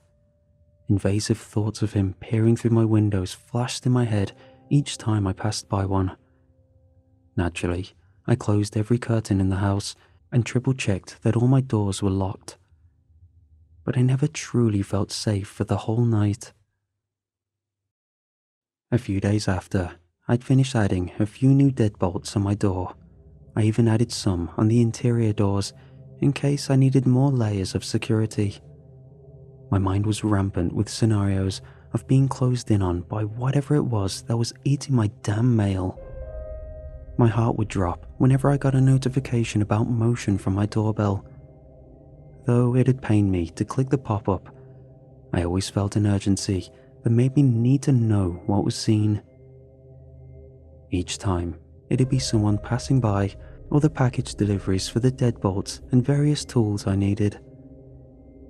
But with these innocuous results, the haunting feeling each time never lessened. The mail in my neighborhood doesn't come at precise times. I'm guessing I'm further into the mailman's route, so whatever the various delays he has during his shift means the time he comes varies drastically. And it was always after I'd left for work. So, when I was pinged that there was movement while on shift, I dreaded watching what was picked up. It was him again. With twirls and leaps, he light-footedly glided towards my mailbox, which contained a fresh batch of letters. He was at an all-you-can-eat buffet. There was less theatre this time, as he scarfed letter after letter, not stopping until my mailbox was empty. I was dismayed. Before, there was a chance he'd just eaten a spam letter or two and left at least some of the important ones. But this time, it was everything. I couldn't process what to do. I just closed the app and finished my day at work, hoping I'd come up with something before he came back. I ended up calling my nephew, who recommended I get the camera doorbell in the first place. To say he was confused was an understatement, and though his tone definitely let off that he didn't believe me, he gave me a piece of advice. Try talking through the camera. I didn't know this, but there was a feature that allowed me to talk to anyone outside the door via a speaker. Technology isn't one of my strong suits, so my amazement at this revelation deflected off my nephew. But to me, I was armed with the ability to try socially dissuade this visitor verbally. I savoured the moment when motion was pinged. I opened the app and saw him. He did his usual prance towards my mailbox. As soon as he opened the hatch, I clicked the mic setting and started screaming at him to stop. I was so loud that I could hear my voice reverberating back, so I knew he could definitely hear me. And hear me he did. He lifted his head and finally acknowledged the camera. He just stared for a few seconds, a smile still on his face. And somehow, he smiled more. The sides of his mouth twisted upwards in a sickening way, contrasting the emotion he was trying to portray. The jovial smile twisted to a grin that exuded malicious intent. It must have been painful to have his skin that taut. I don't think I could have achieved such a face without pulling hard with my hands or wires. However, he managed to do it naturally with no assistance. He grabbed all the letters from the box, pulled his mouth open to a gaping maw, and shoveled the whole batch in. I don't think he even chewed this time, as he consumed them all and waltzed away. Because of my outburst, I was called into the manager's office. Apparently, my expletives were heard over the phone by an important client. In my emotional high, I used some rather colourful language. My explanation probably got me in more trouble than a thinly veiled lie, because I was suspended without pay for a week. At any other time, I would have been dismayed at this. My track record at the company had been spotless for years. But as it settled in, I realised I could be home when he next visited, and I'd be able to catch him in the act. I hit up the shopping mall and picked up some goodies. I bought a metal baseball bat from a sports store to help if things got close range. I bought some pepper spray to turn a possible confrontation in my favour. I bought a slingshot with thick metal ball bearings to attack at range if needed. However, after firing a few shots at some tree branches, I realised I'd be more likely to break a neighbour's window than hit him. Watching Batman cartoons while growing up warped my perception of how easy little gadgets were to use. So I left it boxed up in the closet. Each morning, I set a chair up in the hallway of the front door. I left only one deadbolt latched, set the bat in my lap, and waited patiently.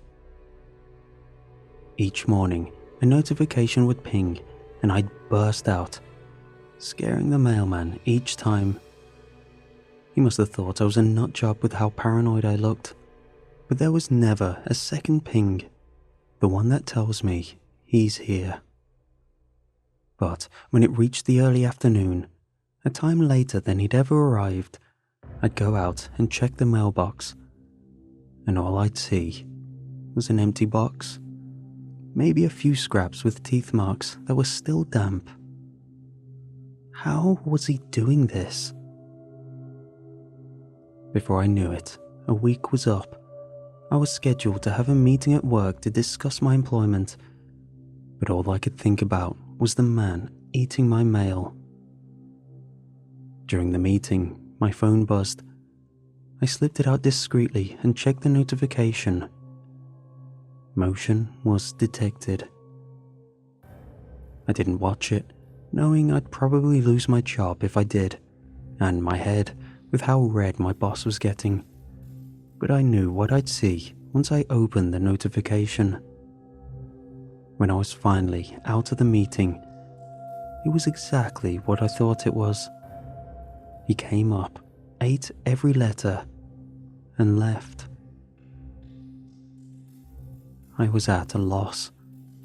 If there was a way to stop this, I didn't have a clue what it was.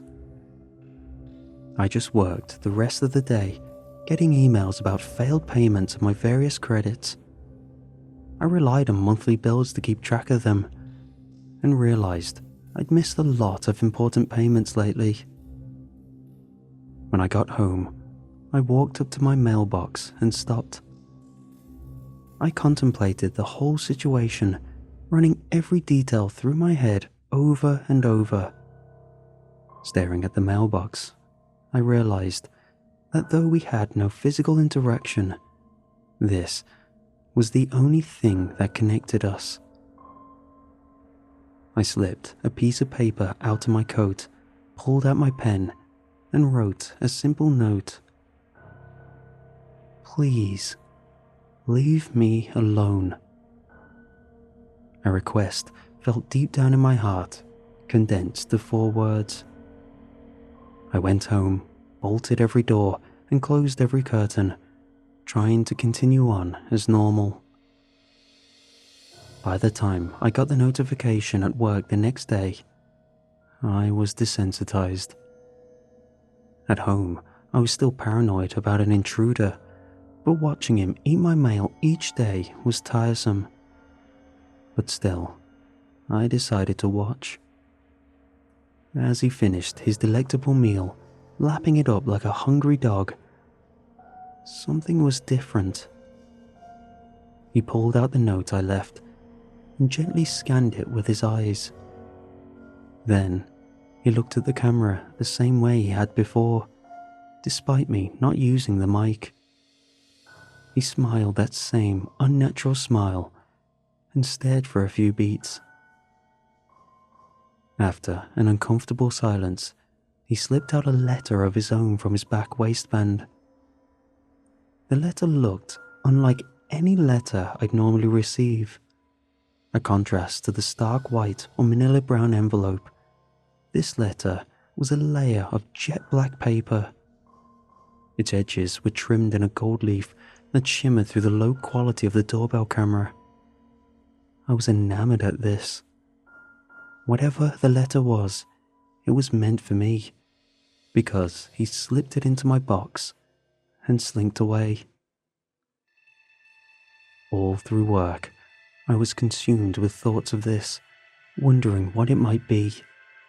Could it be a response to the note I left? Not likely. He had it ready, not knowing what I'd have written. This was a prearranged event. Could he have been waiting for me to leave a note, or had an arbitrary amount of time passed? This got me excited that it was a farewell, a note to tell me he was moving on. But the hope in my heart twisted with darker thoughts. Could it be an ultimatum, an offer to get him to stop, but at a cost? The worst thought was that it was a threat. Could he have seen my note as a provocation, something he had ready to respond to with mental warfare? Or was it an invitation to something bigger? After all, I felt like I was being tested. My thoughts bounced around like a game of ping pong in my head until it was time to leave. And I rushed back as fast as I could, breaking a few traffic laws on the way. I turned in my drive so fast my head nearly hit the window. I rushed over to the mailbox and yanked it open, praying the letter wasn't gone or that it wasn't some manifestation of my fraying sanity.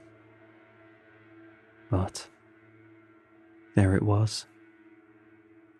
The black was a juicier darkness than I'd anticipated, and it made the gold trimming pop, even in the mailbox's shade. I gently pulled it out, its presentation subconsciously creating a perceived value that I was respecting. There was more to it than I'd seen in the glimpses. On its face was a word so ornately written that I had to stare at it to figure out what it said. It was in that old-timey cursive you'd see in a European museum. But I worked out what it said. It was my name. I looked around. Part of me thought he was lingering nearby to watch me open it, or worse, use it as a distraction to sneak up on me. So I took a solid few minutes to scan my surroundings. I stared at trees and bushes for an uncomfortable amount of time, enough that if someone was hiding, they'd have twitched a little. But there was nothing. I was utterly alone on the street. Not even the neighbors seemed to be in. After finally satisfying my justified paranoia, I turned my attention back to the letter. Inspecting it up close did not give me any indication of what it contained. In fact, I was even more confused by what it contained. But I could no longer delay it. The time for thinking was over, and now was the time for action. I gently lifted it, scrunched it all into my mouth, and ate it.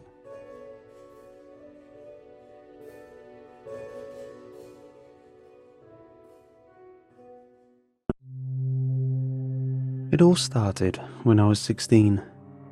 It was Halloween, and my friends and I had all had a bit too much fun pushing each other to do something dumber and dumber. We'd snatched a bottle of red from my parents' stash and passed it around when one of us came up with the idea to check out the old mall by the freeway. The place had been closed a few years prior, and none of us had been there more than a couple of times as kids, but we figured it could make for a good story. The 5 of us crammed into a car and made our way out there, blasting music as we went along. Godsmack, POD, PM5K. It was a different time.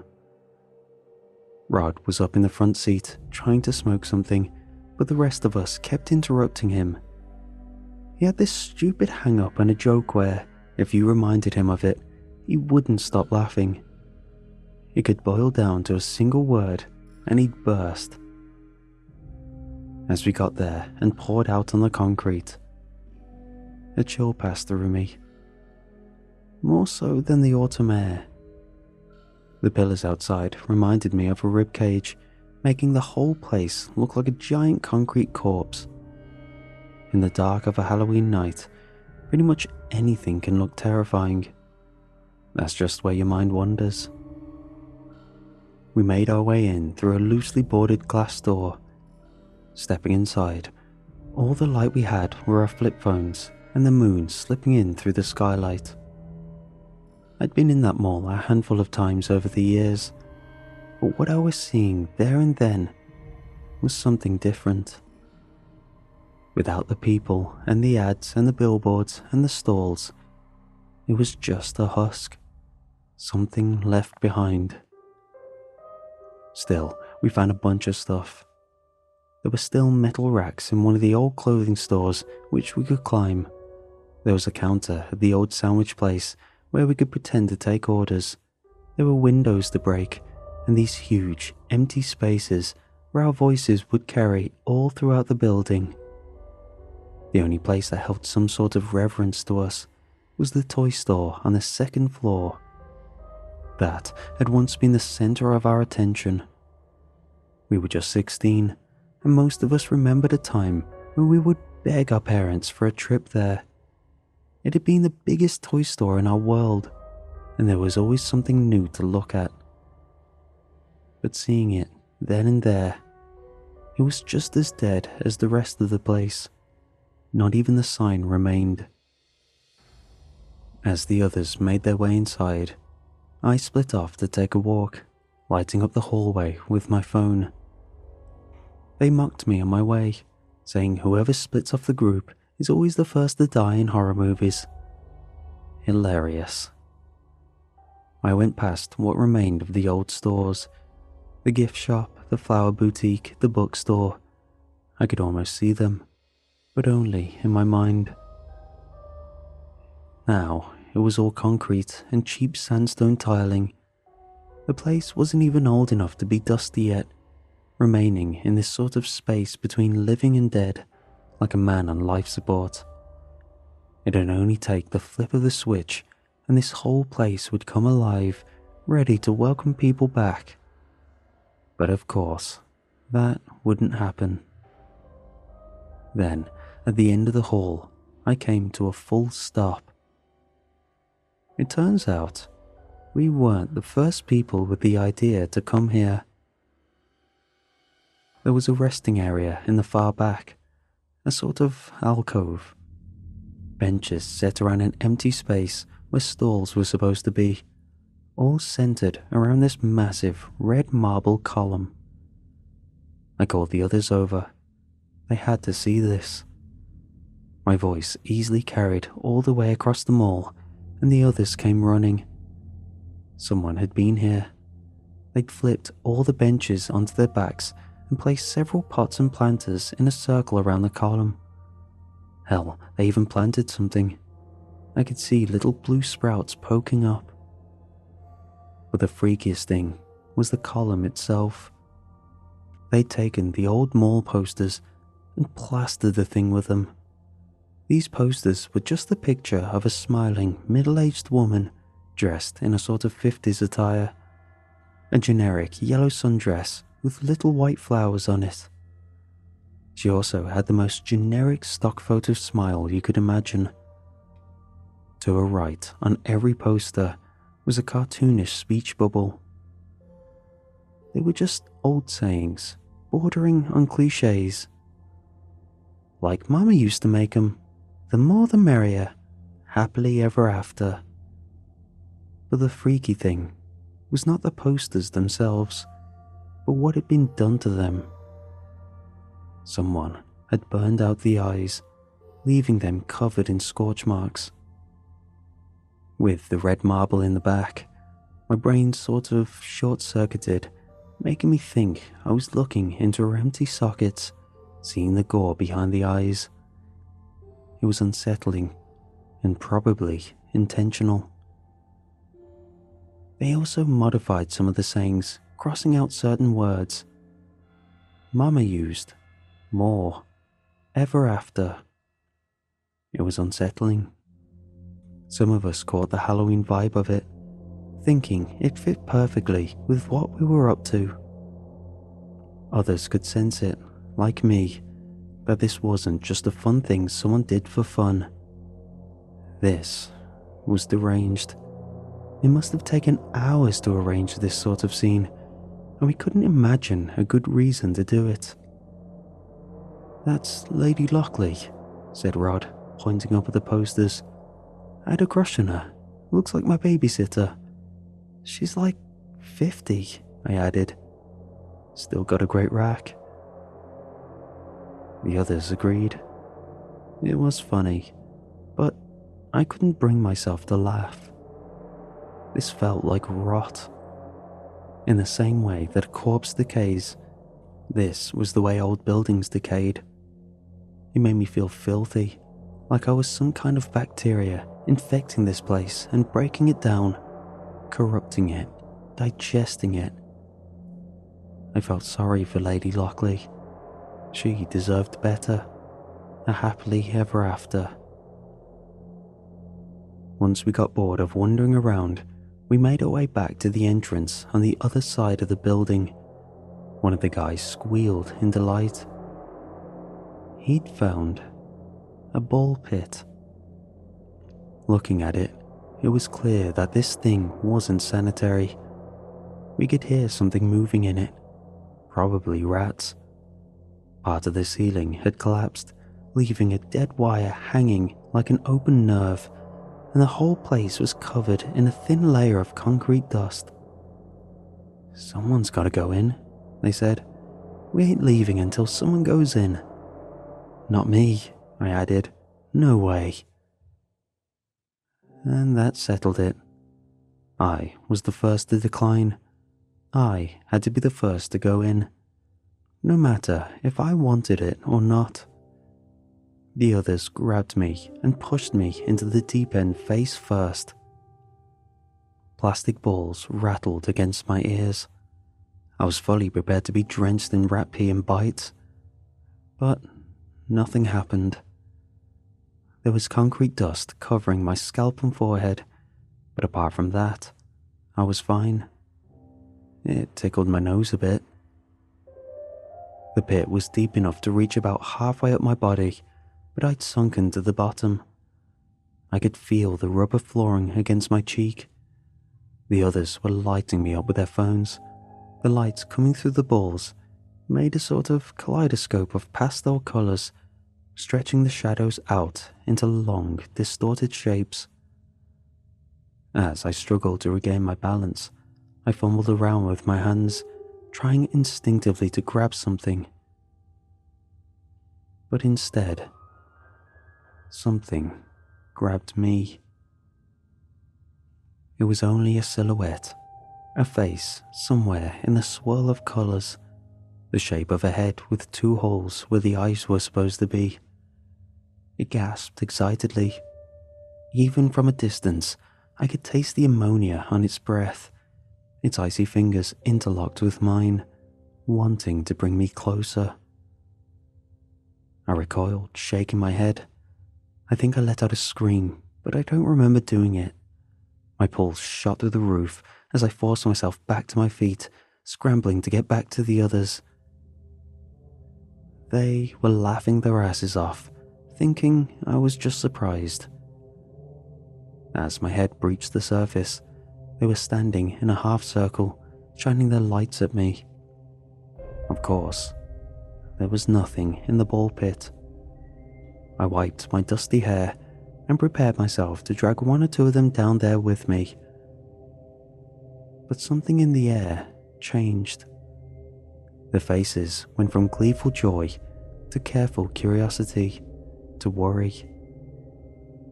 Turning back towards the pit, I could see why. On the side of every ball in the pit was an eye, lovingly hand-painted with a Sharpie. The others helped me up and tried to diffuse the tension with puns and jabs.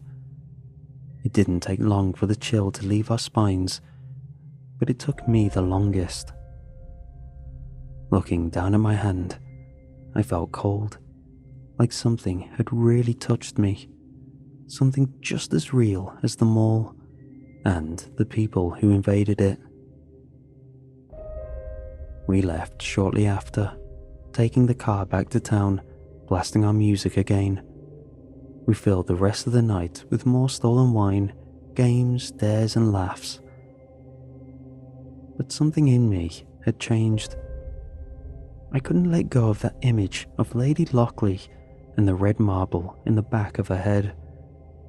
Through every chuckle and every smile, that feeling held me back. Something had changed. Forever. That night, as I slept on Rod's couch, I watched the moonlight cast a shadow on the opposite wall. The cross of the window shaped the light into 4 perfect squares. As I lay there, half drunk and half asleep, I imagined them as little television screens, each showing whatever came to mind. Old memories, dreams, hopes. But every made-up show I imagined always ended the same way, with the mental image of a middle-aged 1950s housewife, a dead smile, a southern drawl, and the red, infected cavity in her skull, where her eyes ought to be. The next day, it all felt like a bad dream. Some of the guys were hungover, and most of us just made our way back home to sleep it off. I didn't want to go home. My parents were so focused on my older brother at the time that they didn't care what I did. He was the one with the problems. I could get away with pretty much anything. Being gone for a day was nothing compared to a heroin addiction. Still, I had to get back home. Much like expected, my parents weren't around. They left a note to say there were some leftovers in the fridge and that I could call them if I needed something, but that was it. I'd never once called them on that number. Making my way up to my room, I stopped. We have these 2 windows at the top of the staircase with 2 knobs in the middle. For a moment, I imagined those 2 knobs as little eyes. I could imagine them blinking. All throughout the day and the next, this would become a repeating pattern. 2 coins on the counter could send a shiver up my spine. The rings of a scissor grip would make me think of those gaping eye sockets. 2 soda cans with their pull tabs standing at attention brought me the same image. Every combination of 2 circles, spheres or rings, it all forced that image back into my head. That joyless smile of Lady Lockley and her icy fingers interlocking with mine, bringing me closer. It came to a point where people started to notice. For example, when I had dinner with my parents, they had a beer each. The bottles were placed next to one another, and the top of the bottles formed those two holes.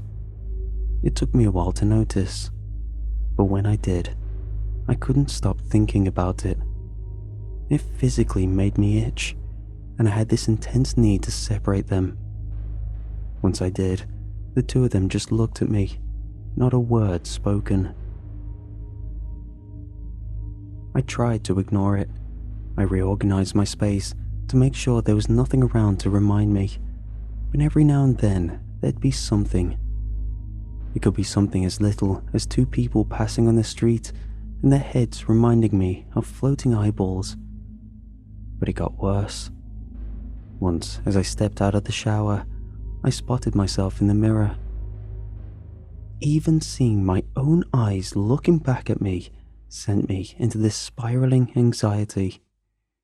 I could imagine myself eyeless, with that infected red cavity in the back of my skull. I could see it to the point where I convinced myself that it was true, that I had no eyes to begin with. My eyes would close, and I couldn't bring myself to open them. I would try to pry them open with my fingers, kneeling on the cold bathroom tiles, but it wouldn't work. Nothing would. "Come on," I'd cry. "Come on." But it just wouldn't work. It was so infuriating that it tickled the back of my brain into a joyless smile. No one else was suffering from this. I had no one to talk to, and no one would understand why I was feeling that way. It was impossible to describe. And to a group of guys who mostly talked about women and games, there wouldn't be much interest in mental health. So, I decided to do something about it myself. Much like exposure therapy, I had to go back. I was going to tear down every poster, set fire to the damn ball pit, and prove to myself that there was nothing to fear. I was going to destroy it. Lady Lockley. I was going to break those icy fingers and stare into her eyeless face unflinching. I had this crappy moped that I'd saved up for one summer. Enough time had passed for the first Minnesota snow to fall, so I had to be careful not to slip and slide. I loaded up a backpack with all kinds of destructive tools. I didn't even bother to read the note left on the kitchen counter this time. No one else was going to fix me, so I had to do it myself. I kept the wheel steady, feeling the snow slush stain my cheap jeans, cold water soaking into my second-hand shoes. By the time I got there, I was shivering. A cold wind had picked up from the overcast, and there was no moonlight to guide me this time. Still, I'd prepared. I had a great flashlight with plenty of spare batteries packed away. My dad had this battery box in the garage, full of whatever kind he might possibly need. I brought the whole thing. I made my way inside through the loosely boarded up doors. The place felt warmer, but maybe it was just me being angry. I had this frustration pent up in me, forcing me forward. I went past all the hollow shops, the broken benches, the empty planters, and the dry fountain. I climbed up the dead escalator and followed the familiar shops towards the resting area. I could see the red marble column from afar, sticking out like a sore nerve. The posters plastered to it like a band-aid to an open wound. My footsteps echoed as I made my way closer, clutching the flashlight harder. There were little sprouts in the pots and planters now, some with a little blue bud, others had barely poked through the dirt. One had grown quite tall. There were more posters now. Some had been stuck to the walls, others lay strewn about on the floor. Someone had been there recently, I could tell. A few chairs from one of the downstairs restaurants had been dragged up there and smashed, forming a kind of plastic half circle across the floor. It didn't matter to me. This was all going to burn either way. I put down my backpack and brought out a bottle of gasoline. My dad always kept a spare can in the garage, but I didn't want to bring the whole thing, so I just filled up 3 plastic bottles instead. I unscrewed the top and just started chucking it at the column, tainting the posters. They were made with some kind of plastic that didn't react well to gasoline, making part of the ink melt a little, making Lady Lockley's smile into a frown, and then a garbled mess. I went all around the column, using 2 of my 3 bottles. It was messy, and I got a whole lot of it on my clothes. I would have to wash it when I get back. My parents didn't ask a lot of questions, but if I were to come back home drenched in gasoline, they might have something to say. As I finished, I put down my bag and got a hold of a lighter. One of those with a long neck for lighting fancy candles. I tried to wipe the gasoline off my hands, but doubt was getting to me. I didn't want to set myself on fire. Then again, this place had to die. For a brief moment, I got stuck staring at the posters. Even with the ink melting off, the holes remained. Dozens of empty eye sockets staring at me, some with a barely human face attached. Some were relatively unscathed, still carrying the various slogans and sayings of Lady Lockley.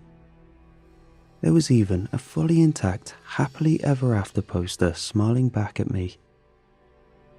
I put away my flashlight, letting the darkness of the place overwhelm me. The overcast was doing me no favors. I held the lighter up, inched closer, and clicked it. A single light in the dark. But something was wrong. A chill worked its way across my right cheek, making me squint. Then, a breath of air. The light disappeared, and my nostrils were assaulted by the sudden smell of ammonia. And right behind me, grazing my cheek, was something cold. Something that was gently placing its fingers on my left shoulder, inching up towards my neck. I bent down, snatched up my flashlight, and turned around. The cone of light swayed back and forth, finding nothing as I backed away. My feet were stepping on their own, seemingly out of my control. My lungs felt stiff, like I couldn't push any air into them. There were puffs of smoke with every little forced, panting breath. I wasn't alone. I didn't even think about how far I backed up until my back hit the red marble pillar. I just stood there, frozen. I could feel the eyeless holes turning towards me, waiting for me to turn around. Something was running down my arm. It made its way to my fingers. I looked down, only to see fresh blood. Droplets formed at the edge of my fingertips, pooling up and dropping to the floor. The back of my head felt wet, same with the back of my pants and jacket. I carefully stepped away and turned to face the pillar. Blood. It wasn't just red marble. It was bleeding. The gasoline had made the posters slip off, falling to the floor one by one, leaving the pillar raw and unprotected. Little pools of blood ran across the floor. It was so quiet, just little tips and taps of drops hitting the floor, mixing with the echoes of my breathing. I could hear the battery in the flashlight rattling as my hands shook from the cold. And in the distance, a hiss. My ears homed in on the sound, a whisper coming from one of the nearby stores. Put them back. I just stood there, trying to comprehend what I was hearing, what it was demanding. Then, from another store from across the mall, a louder sound. Put it all back. And from a third store, an old fast food kitchen. Put me back. Looking down at the pools of gasoline and blood mixing with the misshaped plastic posters, I shook my head. I didn't want this anymore. All the anger had turned to fear, and all I wanted was to grab my stuff and leave. I'm going, I said. I won't come back. There was no response. Just like back home, there was no one to listen to me. Maybe I was speaking to an empty room, making up stories in my head. I won't come back, I repeated. This is it. Screw you all and whatever game you're playing. I won't. I suddenly choked on my breath. I could see them in the distance. Human shapes stepping out of the storefronts, all with the same cheerful yellow dress, the same hair, the same smile. Then something grabbed me. It wasn't like the first time, where icy fingers daintily slipped into my hand, but something violent, angry, nails digging into my scalp, grabbing a handful of my hair, forcing me forward with a dead man's cramped grip. I went from standing to kneeling, having my face pressed onto the floor in a heartbeat. There were no more than 2 hands, maybe 4, 5. Something heavy pushed against my spine. No. It wasn't just one word. It was a choir. A dozen identical voices speaking as one from across the mall. 2 cold fingers touched my eyelids, forcing me to blink. I forced my eyes shut, trying to squint them away. I could barely breathe. I tried to move my head away, shaking the fingers off, but I couldn't. No matter how far I forced myself back, they pushed on until the pain started. This mounting pressure, causing bright, painful spots to dance across the inside of my head. It was excruciating. I was panicking, trying to turn, but I couldn't. There was this raw, primal emotion bubbling inside me, forcing me to scream. I begged and pleaded, but it was too late. I had wronged them, and they were relentless. Had it gone any further, I'd be blind today, maybe dead. But it didn't. I heard footsteps approaching and felt the fingers slowly let up. Pressure released from my spine, and the hands holding me down loosened their grip. I slowly opened my eyes, blinking away the spots of pain, only to see a man. He had a flashlight of his own, casting deep shadows on his wrinkled face. He must have been in his early 60s and was dressed in some kind of maintenance get-up. A janitor, perhaps. He walked up to me as the last hand let go and offered to help me up. I accepted it and got back on my feet. I didn't dare turn around. I could hear them, feel them, smell the ammonia. "Don't do anything stupid," he whispered. "Give them a moment." We just stood there. I looked down, trying my best not to bring any attention to myself. At the edge of my vision, I could see flowery, yellow dresses shuffle past me, back into the empty storefronts, back into the mall. He patted me on the shoulder, and I looked up. The last silhouette slipped into an old outlet space, leaving the 2 of us alone. He got some blood on his hands from touching my shoulder and wiped it off on his legs. He stepped back to pick up something he'd brought, a stack of posters and a toolbox. Walking up to me, he had this almost apologetic look on his face. "So, she picked you too, eh?" he sighed. "That makes, what, 4 of us. Using a bucket and a still working hose in the back, we got enough water and soap to clean the pillar a bit. It had stopped bleeding, coagulated in a way. We ended up putting up new posters, still with the eyes burned out. "She likes them this way," he said. "The kids always did this to the posters, long before the place closed. She thinks they're supposed to look like this."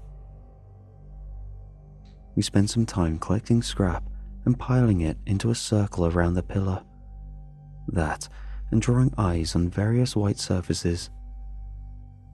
She doesn't have any eyes of her own, so she needs us to give her some. We spent hours just wandering around, touching up the place, watering the plants, cleaning up the gasoline. The Lady Lockleys seemed calmer. I could see them shuffling about in the back of the stores, catching a reflection of their perfect teeth every now and then. Still, I couldn't shake the feeling that any threat to this place would have me swarmed. "Do you have to do this?" I asked. "Like, often?" "Yeah," he nodded. "What happens if you don't?" "I think you know what happens." At the end of the night, as I left them all behind, I saw a final, swaying flowery dress in the cracks of the wooden boards. Even now, I was being watched, judged, weighed. But for the moment, I was safe. At first, I went back like once a week. Once I brought ping pong balls and painted eyes on them. They seemed to like that. Another time, I filled up the water fountain. The janitor would return at times too, bringing freshly printed posters and scrubbing the floor. No wonder it wasn't dusty. I tried to stop going back there, but it would just build this pressure in me. I'd feel her ire. I would start to focus on circles and spheres, as if my body was reminding me that I was being watched. I'd sometimes feel something cold at the edge of my vision, something icy brushing against my ear. It would put me on edge, as if expecting something to grab me at any moment. For that damn smile to come out of the dark and become the last thing I ever see. Places like this don't get torn down. The land is dirt cheap, and the effort to break and ship off all that concrete just isn't worth it. It remains there to this day. I would go back every now and then to fix the place up, to make sure she was happy enough to leave me alone. Weeks would turn to months, and over time, they trusted me enough to come back only once every 6 months or so. I'd make a day out of it. The plants would blossom into these 6 feet tall radiant blue sunflowers, and a creeping vine would slither up the side of the marble pillar. She seemed to like the vines. Sometimes there are new people. I don't really know their names, but we can kind of recognize each other at a glance. Some young, some old. We've tried to board the place up to keep people out, but every now and then, some smartass gets through. I don't think they all make it out. Some of the things I've seen over the years tell a gruesome story of their own. I'm in my mid-30s now. I've done this for half my life as a sort of stewardship, a part of my life that I can't share with anyone. I've gotten to know her wants and needs. There is a personality there, an intelligence. Sometimes they can get these strange whims. I once saw one of them trying to break through the loose boards, only to be dragged away by the others. I've seen them gently caress the leaves of the sunflowers. I've seen them dance on tables, walk hand in hand down the empty walkways, and once, just staring up at the moon. I think she's like an immune system, like something remaining to stop the decay. This building has been closed for decades, but from looking at it, you couldn't tell. Most buildings that have been empty for that long just look weighed down and worn, but not the Dead-Eye Mall. It's still spry and waiting, as if expecting people to come back. And every now and then, they do. But it's a service I perform under threat of death. And to this day, it terrifies me. While I'm not as bothered by circles or rings, I still have this feeling that I should be. Like I shouldn't be normalizing this. I shouldn't have to compromise to something unnatural and otherworldly. But I just don't know what the alternative is. I have this feeling that sooner or later, she'll turn to me, dissatisfied. And that day, she'll interlock her fingers with mine and drag me to a dark place I can't come back from. Ever after.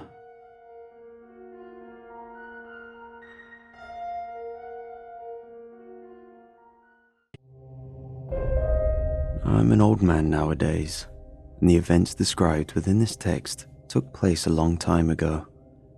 Still, I haven't been able to move forward. Not really. Fragmented memories pop up from time to time, images of that awful night sporadically haunting me.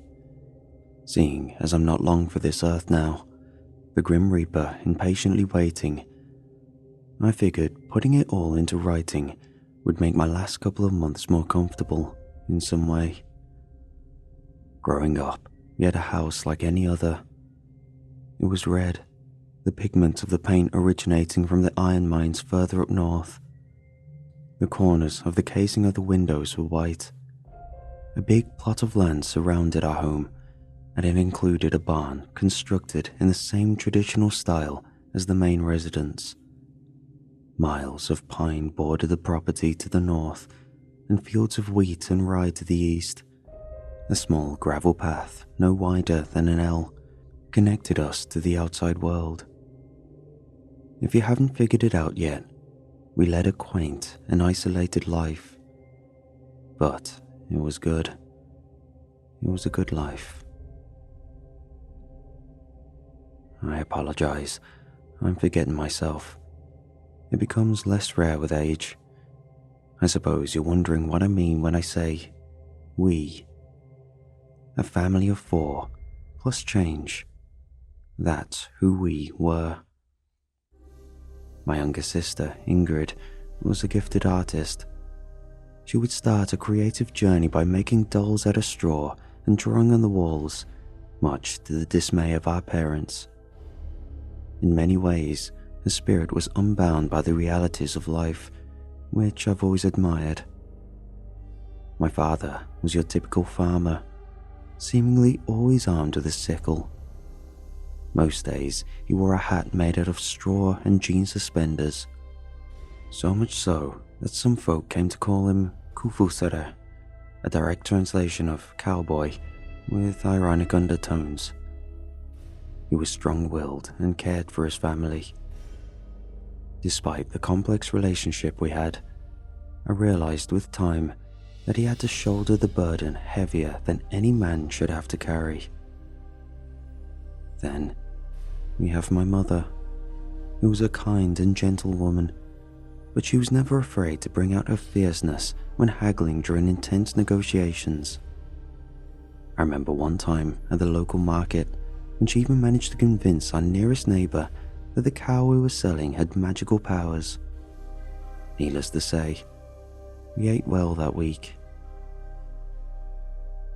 That may sound strange, but such was rural life back then. Fays, elves, and trolls weren't merely folklore. People gave gifts to these supposed forest dwellers and asked them to bless their crops. When the harvest turned out bountiful, they would thank the beings. When they didn't, they would ask what angered them. I reckon most of it boiled down to superstition, flawed ways of explaining the unexplained. The lone exception was that of our last couple family members. When Father spoke of them around us, he called them helpers, because that's what they were, most of the time. Whenever he thought we weren't around, when the late hour struck and darkness would creep into our house, he would quietly call them Vatar, a more fitting denomination. The word itself translates to goblin, but it doesn't feel right to call them that. Whites. They were the whites of the land. It was easy to understand as a child. In essence, they assisted us with menial tasks around the property in exchange for porridge, fruits, and pretty trinkets, which my dear sister gladly crafted. Or rather, that's the story our mother told us when we were too young to know about the darker side of the arrangement. One day, Ingrid and I found ourselves deep in the forest. Tall trees older than our country rose towards the sky from mossy beginnings. Even though the sun shone bright, its rays couldn't pierce those ancient giants.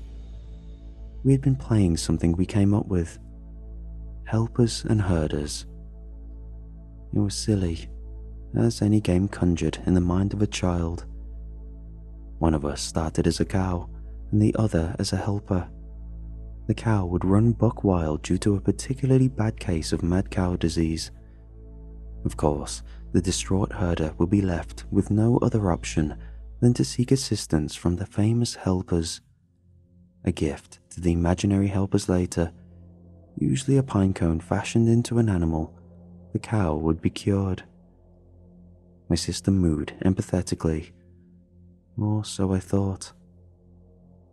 "That was incredible. Do it again," I said. "I don't think that was me," she replied. Turns out, we had heard a real cow, which prompted an exploration. We moved through thick shrubbery, never minding the tiny scrapes from thorns unseen. The cow made another sound, but this time it was far closer. However, it was less of a humble moo and more of a piercing shriek. Poor thing was in pain. We huddled together on the ground and crawled into a bush. Through it, we saw the source of the sound. The cow laid bloodied in the center of a circle made out of separate stones. If memory serves me right, it was 5 or 6. I won't go into much further detail about the state of the cow, but it was bad. My younger sister had never seen such brutality and let out a gasp. The gasp turned to sniffling, and sniffling turned to crying. I tried to hush her, but someone had already heard us. What followed was the berating of the century. Father had never been as angry with us as he was then. Since I was the elder sibling, most of it was directed my way. He dragged me by the arm all the way back home while muttering furious nothings. My sister walked by his side, still in shock from the grisly sight. I didn't listen to a word he said, or shouted for that matter. All I could think about was my father standing over the cow, crimson draped sickle in hand, dancing a terrible dance. The blood and the white shimmer of the blade reminded me of our house. I never saw my father in the same way again. Later that night, when the initial emotion had simmered down, I tried asking some questions. Both of my parents were on the defensive, but I soon wore them down. Apparently, I was finally old enough to know the secret of the whites. Mother took Ingrid upstairs. Father sat me down at the kitchen table, candlelight flickering in his face. "What you saw was a sacrifice," Father said. A sacrifice? Yes, like the porridge we put on the windowsill or the dolls your sister makes. But sometimes they demand more. Why? I do not know. There are many things we don't know about them. We know that they are intrinsically linked to this land because they have lingered here longer than any man.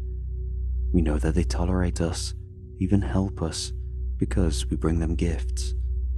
We know that they respect us as long as we respect them and the land we borrow. He went on for a while, detailing the many tenets of living with whites. You weren't supposed to disturb their paths, for example, a rule made more difficult by the fact that their roads were invisible and ever-changing.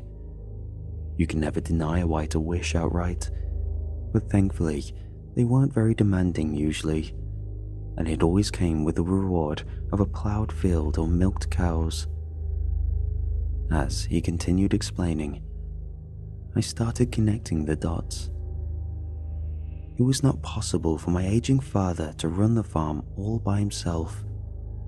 It was almost a miracle our family had prospered the way we did. Except it wasn't a miracle after all.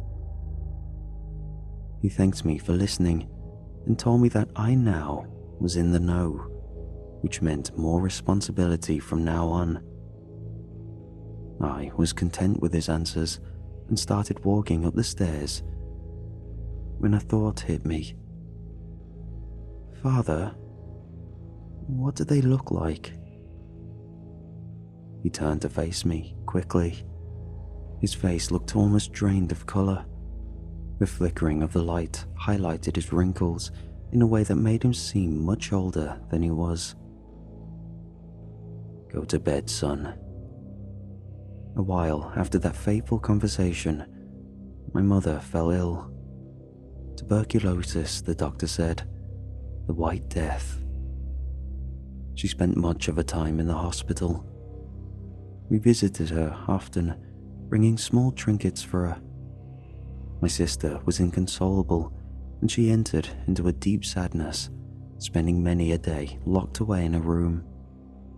This meant that my father and I had to do most of the work around the farm by ourselves. Early mornings and late nights for months. It was taxing work, especially for a growing teenager and his elder. There were positives though. I would say I turned into a man around this time, and I got closer to my usually distant father. Also, we weren't completely alone. The whites were a godsend during this period, and much of my work focused on keeping them happy. Father eased me in, initiated me slowly. Sometimes I missed the mark, which would lead to tools or even cattle going missing. They could be mischievous, he had told me. Whenever my sins got too egregious, I would hear the pitter-patter of small feet on the roof in the dead of night, windows being opened, whispers in a language I didn't recognize from the woods, and always, just outside my field of vision, I would sense dark figures hiding. These unspoken threats felt drenched in hatred and spite, far removed from the benevolent beings my father had described. But I suspected they were capable of more than harmless pranks, and by the way my father had reacted when I asked about their appearance, he did too. Eventually, I got the hang of things. The farm ran smoothly on the shoulders of 2 men and their army of hidden benefactors. Calculations were made, and we concluded that the annual harvest would cover almost all of our expenses for 2 years. At the same time, my mother finally came home from the hospital. Ingrid was overjoyed. I never told anyone that I often snuck out at night, bringing lavish gifts to the whites. Ornate silver brooches I'd stolen, golden earrings and bracelets. All of it went to the stone circle in the forest. I did not ask them for riches or a pretty girl to fall in love with. I just wanted my mother to survive. During all my trips to the sacrificial altar, I never once did see them, but they provided nonetheless. I always imagined them the way tradition had painted them for me. A small, quite chubby, happy fella with a little hat on. Then again, a sinister energy had befallen the farm despite the many good things happening.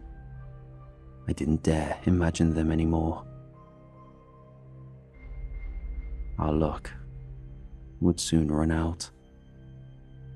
The first horror to rear its ugly head was the disappearance of Mother. It was an ordinary day. My father and I woke up at the first crow of the rooster. A fresh layer of snow covered the path to the barn yonder, which made the trek difficult and miserable. I'd recently gotten a new pair of boots, 2 layers of leather and a thick layer of wool inside, but the cold still bit my feet. Father grimaced as we struggled against wind and snow. "Today, you become a man," he said. "What do you mean?" I replied. "Do you remember the cow?" I shuddered, hopefully not noticeably. Of course I remembered the cow. Turns out, it was my turn to sacrifice a living being. At first, up until then, it was always smaller things, dead things. Now, I would have to take a life. We chose an older bull. He was sick and most likely would not last the winter either way. As far as we knew, it didn't eat them, so the disease wouldn't matter towards the quality of the gift. It made it easier, but not by much. I made my way through the forest with a leash, connected in one end to my hand and the other to Gunnar. It was a weird feeling. Gunnar had been alive longer than I. He'd seen so much, from the humble beginnings of our family to the discovery of the whites. I remember wondering if he understood what was about to happen. When I looked into his eyes, I decided that he didn't. The ritual had to be performed in a certain way. I began by tying the leash to a tree nearby the circle and started covering the bull with ox tallow. I removed a small pouch from my waist and dipped my fingers in its contents. Red ochre. I painted a kind of sign, which my father had taught me, on the forehead of Gunnar. If it was a letter, it was from a language I didn't know, or even had heard of. Not Latin, which would have been my go-to guess as far as sacrificial languages go. Not Swedish, not Sapmi. A mystery. The knife quickly moved across the throat of the bull. Before I had time to contemplate the morality of the situation, Gunnar laid in front of me. The red in the snow was too pronounced to be ochre. Blood. I had decided to perform the kill quickly, not only for Gunnar's sake, but also for the whites. The most important step of sacrificing a living thing was the dance. We had been up late many nights practicing the moves. Father had stressed the importance of doing it correctly. My movements were jerky, just as he had shown me. It felt as if I relived the moment in the bush, watching myself. The dance was reminiscent of the final few seconds of life in an animal before death came. Or sometimes it even looked like the rigor mortis after death.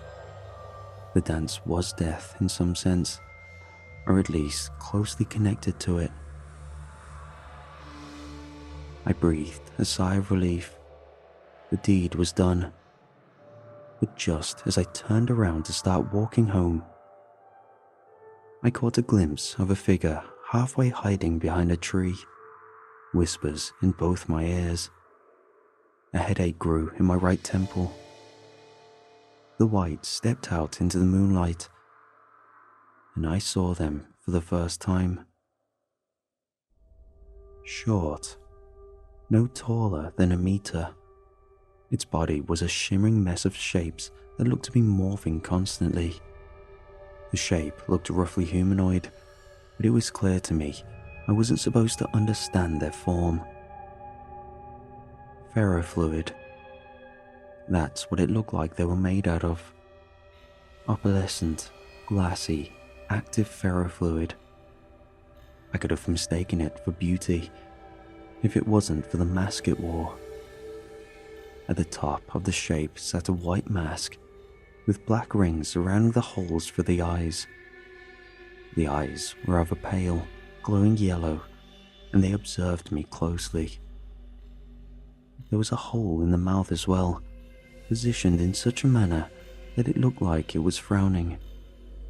And in the mouth were rows and rows of deathly, thin teeth. The white pointed at me, its arms starting to stretch. "Sick," it simply said, or screeched without moving its mouth. I ran home, terrified. When I finally got home, the house was in shambles. Furniture thrown around, shards of glass draping the wooden floor, planks ripped straight out from the wall. And my mother was missing. I found Ingrid catatonic at the base of the stairs, and my father was comforting her. He gripped an axe tightly. Apparently, Ingrid had heard scratches on the door. She'd run to tell my mother, who told her to hide. She ran up to her room, crawled under the bed, and held her breath. She heard a loud noise and the sound of 20 feet tapping, a scream, and then silence. Silence for 2 minutes, she estimated. Then a maniacal cackle. The whites crept around the house looking for Ingrid. They turned every stone in the house and came an inch away from getting her too. They had entered the room she was hiding in, at least 3 making a sound as if they were trying to smell her. A long arm started feeling the underside of the bed and finally gripped my sister's foot. As luck would have it, my father had heard the screams and entered the house, swinging a torch and axe, just as the creature had found Ingrid. They scattered, some jumping out through the open windows, some seemingly disappearing into thin air. But no sign of our mother. This was new. They had never encroached on our home before. Sure, they would make their presence known through knocking on the windows and crawling around the edge of the forest, but never like this. Maybe safety was no longer. Father got sloppy after that dreadful morning. I never said anything, but deep down, I felt like he gave up. And I was angry at him for that. He still had 2 children to take care of, even though I know he blamed me for it all. I do not know what I did wrong, still to this day. We would last 6 more months on that farm. It was dark out, but not in the normal sense. Some nights are darker than others, that I now know. In hindsight, maybe it was a sign.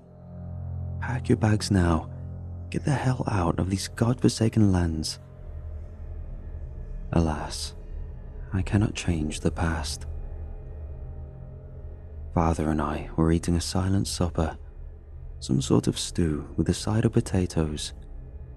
Before me sat a broken man, the marks of time chipping away at the marble. Ingrid had, after her mother's presumed death, gotten into the habit of late-night walks. Father had protested, but she was relentless. Her determination reminded me of Mom. This particular July night, she burst through the door, giving my heart some trouble with keeping up. She looked distraught, horrified, but worst of all, sad. "I disturbed the path," she simply stated. There were no questions. No, "How did you know you stepped on one of their roads if they're invisible?" No, "We'll just wait and see what happens."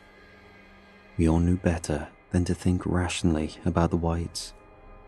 If Ingrid knew she had walked over one of their roads, she had done so. Father stood up. "Get your things, only essentials. I need to release the animals from the barn. I do not want to give them anything for free," he said. That was a bad idea. He could just leave with us now. Why did he have to be so stubborn? However, there was no stopping him. Oh, how I wish I could have stopped him. He grabbed his jacket and sickle, slurped down the last of the stew in motion, and ran out of the door. Ingrid and I started packing. I helped her with what constituted essentials only, while trying to pack mine and also my father's bag simultaneously. Some clothes, a Mora knife my father had given me, and one of the necklaces I had stolen. That was it. The rest would be forever left behind. There was an invisible, ticking clock hanging in the air. The dread in the air started getting thick. You could almost touch it. Where was he? 10 minutes, 15 minutes, 25 minutes. Something had gone wrong, and I had to go help him. I asked Ingrid to start the truck. She said she knew how. Then I was off to the races. I don't think I ever had, or would ever again, run that fast. I clenched my fist around my knife and started preparing myself for what I would face. Funnily enough, I could have spent my whole youth preparing for that sight, and it wouldn't be enough. I entered the barn silently, and the barn seemed to respond with its own silence. No animals to speak of. He had managed to free them. But where was he now? I crouched and made my way through the buildings slowly. There was scattered hay and muck on the floor, but this was no time to be fancy. A weird smell emanated from the furthest corner. It was subtle at first, then stronger, and finally nauseating. Rot. Death. I turned the corner, and I almost threw up. Against the wall, 2 meters up, was my father, his torso separated from his head and limbs. All of his parts were nailed towards the wood in a Jesus-esque manner, but the cross wasn't connected. When I got a little bit closer, I saw that it was, in fact, connected by thin strips of flesh. A cowboy crucified. In my shock, I could only think about 2 things. How did the rot advance so quickly? And where were they? The answer to my second question appeared instantly. They materialized from nothing. Some were hanging on my father, digging claw-like extremities into him, or covering him in ox tallow. Some were dancing beneath. Some were staring at me with empty, yellow eyes. Tens of crystalline horrors descended upon my location in desperation. They stepped on each other, pushed each other to get to me. It was the most ancient of instincts that told me to run. So I did. They were always just a step behind. It felt like they would grab me at any second, doing God knows what with me. I imagined the sharpness of their teeth. I imagined what they hid beneath that mask. In that moment, I felt certain that if a man ever gazed upon their unmasked face, he would go mad. I barely managed to get out of the barn before one of them tackled me. It pinned me to the ground, and I slashed my knife at its body. The material of its body rapidly changed from solid to liquid form in the area I hit it. It floated in the air, not affected by gravity. Then it rematerialized as solid, attached to the white yet again. It had no effect, but it gave me a split second to slither out of its grip. I saw the headlights of our truck. I ran. "Where is he?" my sister desperately asked. "He's dead. Go." In the car, I noticed that much of what used to be my calf was missing. The whole muscle ripped almost clean off.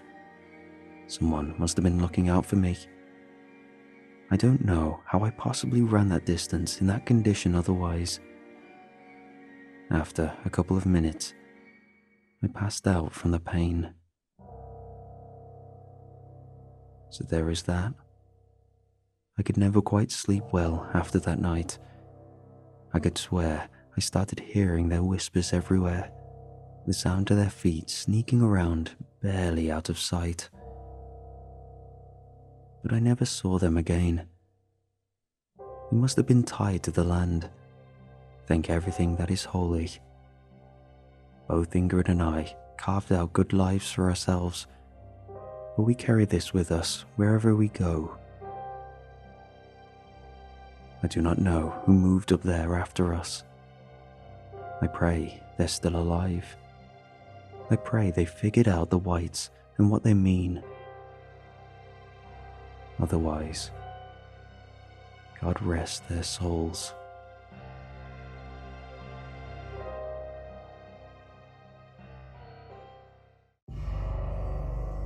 Let's get the obvious out of the way. Being a PI sucks. It's not what you think. It's pretty much harassing women. Men hire PIs to go harass their wives and girlfriends, and once in a blue moon you get asked to find a missing dog or to harass a man instead. But that's it really. Sometimes I'm looking for hard evidence of infidelity, but a lot of the time my clients just want to rattle the soon-to-be ex, to make them paranoid and jittery and less reliable in a courtroom, or less likely to pay attention to the small print agreements that stiff them out of their holiday home. So that's my job. I'm a pawn, and it is almost always on behalf of the kind of men who think women reading a book in public are secretly looking for male attention. I don't have an office. I did for a short while, but things are tough, as I'm sure many of you know, and PI work isn't exactly lucrative.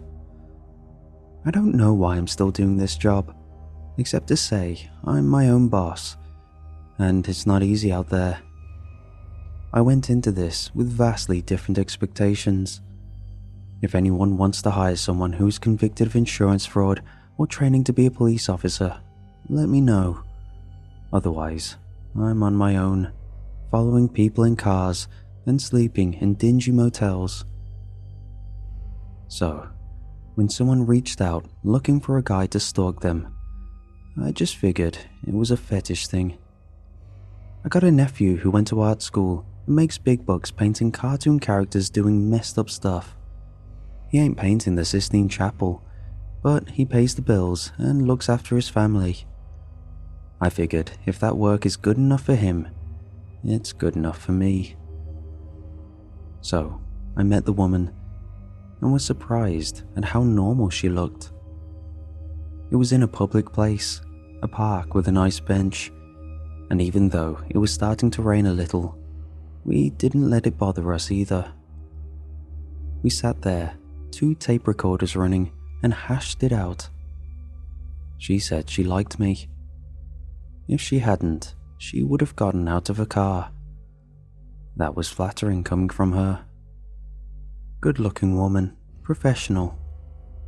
I didn't know at the time, but I quickly figured out she was a forensic accountant. Anyway, we got talking. She never gave me her motivation, but I would later come to understand her as an amateur narcissist. She was new at loving herself. She was smart, accomplished, and she was actually rather beautiful, provided you didn't spend a great deal of time agonizing over things like symmetry or eyebrows, and instead paid attention to how a smile reaches the eyes or how laughter sounds when it catches someone by surprise. But she grew up dirt poor and spent her teen years unable to visit the dentist or access a gym, or even eat home-cooked food that wasn't microwaved. Plump frame, blotchy skin, hair kept short with a pair of scissors because her and her mother relied on the shampoo and soap they stole from the motel where they shared cleaning shifts. When she fumbled awkward questions at some of the better-looking boys in her class, she rarely met with success. That's not to say she was an outcast either. She had a social life. It's just poor kids have to grow up early. Prom is a luxury. Eating isn't. If you know, you know. Otherwise, you might be surprised by how tough it can be for some kids in this country. Anyway, she got out of that hole, fought tooth and nail, got an education, a good job, and by the time she finished the victory lap and took stock of her life, she was 35 years old and 1,000 miles from the trailer she was raised in. And she looked good. The woman in the mirror was a stranger that she wanted to get to know. I think hiring me was an act of self-love. I think if she could have, she would have sat in a car and watched herself get a cup of coffee, spying closely at the professional-looking woman doing a little half-run, half-skip to get out of the rain. The way she stood in line, rocking back and forth on her heels to the music in her AirPods, thinking no one would notice. She wanted to admire herself, but unable to time travel or clone herself, she instead resorted to hiring me as a kind of proxy. I had my own boundaries, of course. They covered anything that was going to get me in trouble.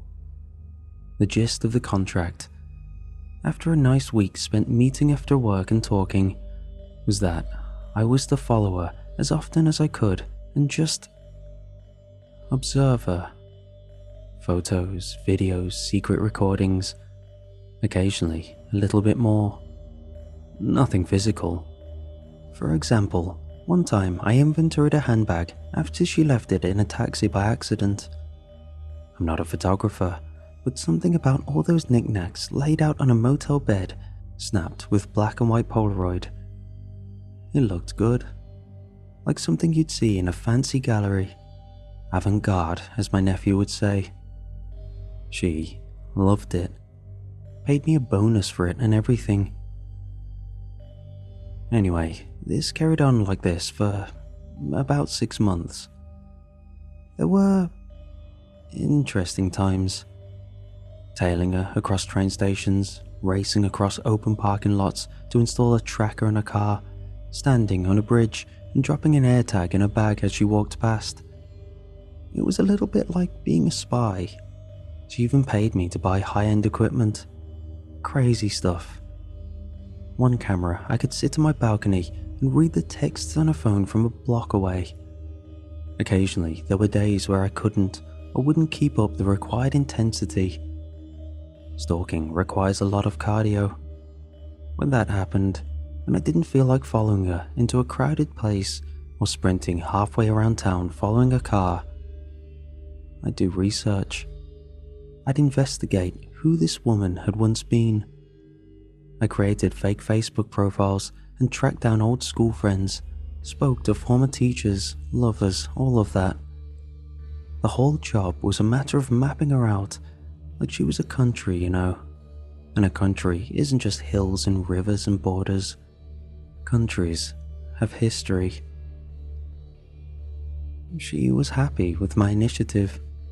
The text she sent me when I showed her the research folder was a glowing commendation. First one I'd had in a long time. It was nice. Someone telling me good job. She had a real way of making me feel like a kid getting a gold star. I didn't realize at the time, but I was putty in her hands, head over heels, bless my stupid heart. Of course, I didn't know what I was getting into, but I'd had just enough time to grow overconfident. I made the mistake of thinking that I wasn't going to find anything in her past that'd give me trouble sleeping. Boy, did I get that one damn wrong. Her mother. That's where things took an odd turn. Now, I knew from news reports the mother died in their trailer while her daughter was off staying at some boyfriend's place for a few days. Natural causes, it read. I wanted to know a little more about what natural causes there were. Figured, if there was some congenital thing, it seemed like maybe I ought to know. You'd think the way the trailer park owner reacted to me asking about it, I tried asking the Russian government for proof of a democratic election. Thin, reedy little woman who gave me hell the moment I mentioned a name. What do you want to know that for? Who's asking? Who's paying you? Why do you want to dig this up? Oh, she ripped me to pieces. I put it down to the natural sprinkling of crazies in the standard population and took a different tact. Started calling up the older folks in the park, residents. Every single one of them put the phone down on me the second I mentioned the name. Well, all of them, except one. Some people want to talk, and this old bugger was one of them. He had a lot to say about everything, from the president to social media, and I let him ramble on before starting to press my point. Told him at the start I was a historian looking into the local area. That made it so it wasn't too suspicious when I began asking about this and that, slowly making my way to the death of a 53-year-old woman a couple trailers down from him some years ago. Again, soon as I mentioned the name, there was a change in the air, even over the phone. For a second, I thought this old guy was gonna hang up just like the others. Could hear him smacking his dry lips as he mulled it over. Francine didn't deserve what happened to her, he said after a while. She was a good woman, didn't treat the daughter too good neither, but didn't deserve what happened. Maybe if they'd found her earlier, some of those fellas in white coats could have got more evidence, put that little wretch of hers away. But from what I understand, weren't much left of her at all. Then he hung up, leaving me with a whole lot of questions. This frustrated me. I had, until now, had a fair bit of luck at this new profession of mine. They say be careful what you get good at. Sad truth was, I was getting good at stalking, and this was my first real roadblock. I remembered the way I felt when she told me good job, and it bothered me I couldn't really say much about this critical part of her life. That and, well, maybe I still got a chip on my shoulder about being a failed policeman. If you give me a problem, I can sometimes drive myself crazy looking for a fix. So I hopped in my car and drove to the trailer park, damn near on the other side of the country. Don't know what I was hoping to find. No way the trailer was still there, and it wasn't. But what I found odd was the lot hadn't been replaced. There was a hole in the ground about the right size and nothing else. Just an empty spot where the trailer had once stood, and the trailers on either side weren't occupied either. I could tell by politely and legally looking through the windows. Most of them were cleared out, but a few weren't. They still had plates and other knickknacks left hanging around, like the owners had left without bothering to pack. "You shouldn't hang around here, mister," The girl who appeared stood a good 20 feet away, shouting over the wind so as to be heard. "Smell can make you awful sick." I wrinkled my nose, aware of the odor she was talking about. Had been since I approached the empty lot. A faint, musty smell that made me think of an exotic pet shop. "What do you mean?" "Smell makes you sick." She said it like it was self-explanatory. "Woman who died there left behind an awful stench, made the neighbors sick, and the neighbors' neighbors, and so on for a couple trailers in a row. No one likes to live there now. Still can't.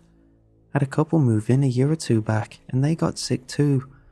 Daddy says it's a bad one. Not even the rats go near that hole."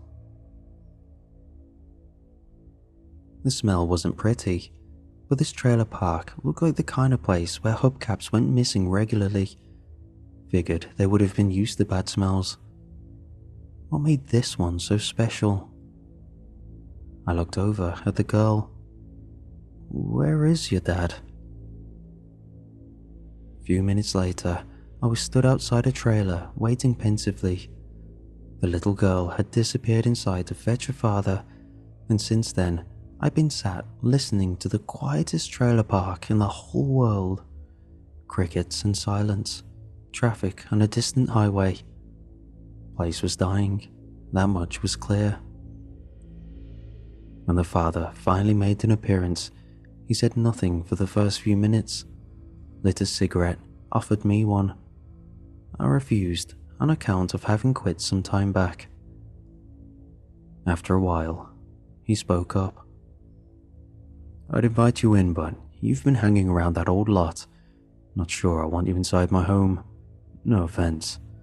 "None taken," I replied. "Sally says you're a historian."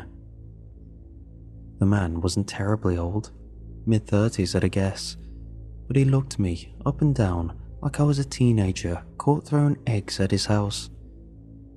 "What are you really?" "PI," I replied. "Ha, now that makes sense. Some relative looking for answers. Heard the Hendersons had a sister with money." "That's exactly it," I lied. "She didn't buy the official story." "Nor should she," he replied. "Henderson was fit as a fiddle day he moved in. Weren't no justice in what happened to those who got sick. And poor Francine, they say she died of natural causes. Man, even back then, I knew it was nonsense, and I was just a little kid. The smell alone. Think it's bad now, but at the time, before they came in with a crane to lift the trailer up whole and move it to the dump, it was something awful. There was talk of moving the whole park. Of course, no one gave enough of a damn to give us the go-ahead and actually do it." "What did she die of?" "Don't know. Only thing I'm sure of is that girl of Francine's lied. Said her mother was live and well when she left before the weekend, and they was always on good terms, but that was nonsense. We heard 'em fighting for weeks before, for one. And of course the body, state it was in. Ain't no way it had been rotten for just a few days." He offered me another cigarette. I refused. He lit it up instead. Second one in what felt like just a few minutes. Made me itchy just to see. I wanted to say something, anything to get a little bit more, but I told a big lie pretending to be there on someone else's behalf and didn't want to catch myself out. So I just sat and listened to the quiet buzz of his little patio light. After the second cigarette was done, he reached into his back pocket and took out an old photo. "I hope you find justice for Henderson and the rest of them," he said. "Only real bit of proof I ever had of something fishy going on." He handed me the picture. It wasn't easy to see what I was looking at. Pile of old leaves maybe, mulch. I squinted at it for a good few seconds, but couldn't make heads or tails out of it. What? Took that the day they arrived to get rid of the trailer. Had to stand on my friend's shoulders just to reach. "What is it?" I asked, my skin starting to crawl as I picked out details. Whatever I was looking at, it was slumped on the sofa with floral wallpaper in the background. It was about the size of a man, but riddled with holes and cavities the size of golf balls. In my whole life, I'd never seen something that looked like that. "Why, that's Francine," he said, "or at least what was left of her." He let me keep the photo. At a guess, that was the only interesting thing that had ever happened to that man, and he'd been waiting to share it with someone. All I had to do was give him an excuse. He seemed to take some pleasure in passing it on, certainly found my reaction to be amusing. I must have gone pale as I grappled with thoughts of what had happened to make a body go bad like that. Back in the hotel, under a good light, I checked that picture again and again. Something about it made me deeply uncomfortable, knowing a woman was under all that. All those holes and crevices must have been made in her flesh, and what had happened to her skin that had turned it such a funny texture? Looked furry, like the kind of thing that grows on top of a long-forgotten cup of coffee. A part of me considered asking my client about this, but I knew that wasn't the way to go. First, she probably wouldn't tell me good job if I had to ask. She hired me to do a certain thing, and that didn't involve politely requesting information right from the source. Second, well, I'd read the police reports, what was publicly available anyway, and she'd made it clear she'd left on the Friday and came home on the Monday. And, well, what if that guy was right? Did she really leave her mother alive and well? I mean, people kill. Not just psychos. People like you and me. We do it every day, and sometimes we even pull it off. Only half of US murders get solved. That's a fact. If anyone could be the right half of that equation, it'd be her. She was smart as hell, my client. Even at 17, she would have been a clever one. Clever enough that she might easily have been able to cover her tracks, gone over to some boyfriend, twisted his arm into giving her an alibi. Sure, I could see that. I just needed to figure out what the hell was going on with that crime scene in the trailer.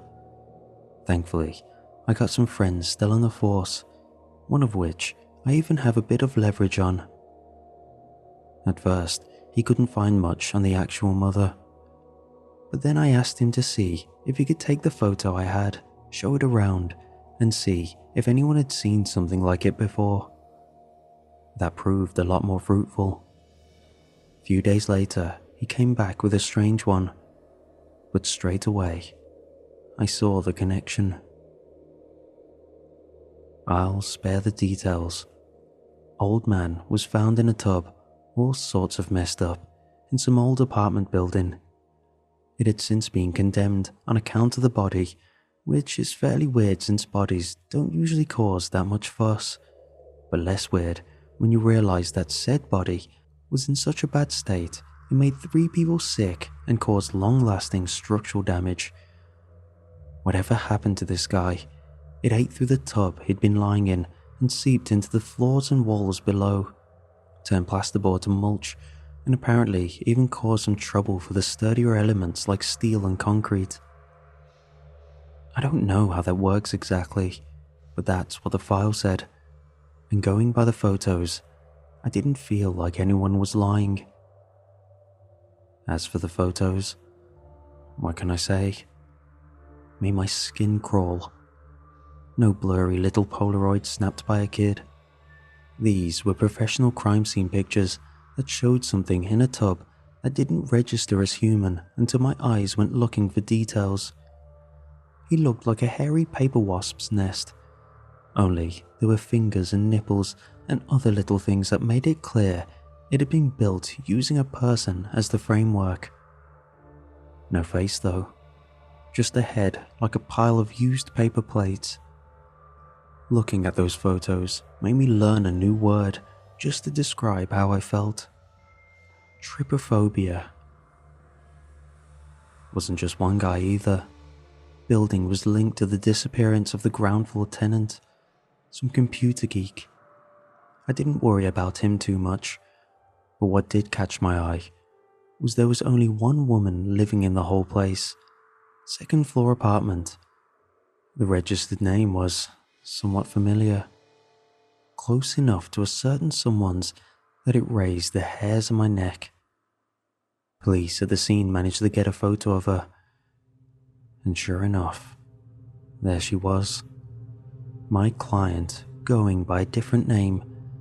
Clearly something fishy was going on, or else why the pseudonym? I figured it possible she'd maybe offed her own mother. Parents and spouses make the most common victims. But what connection was there to that second corpse? And what about the missing guy? It was like a horror movie was following her around, and she was just blissfully unaware.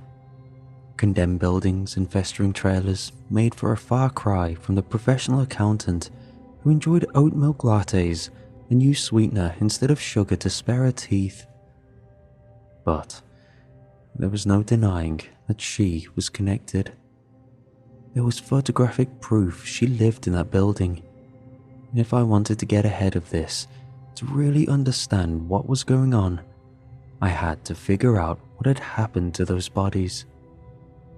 I'd pretty much exhausted my favors with the police, and truth was, they didn't know any more than I did.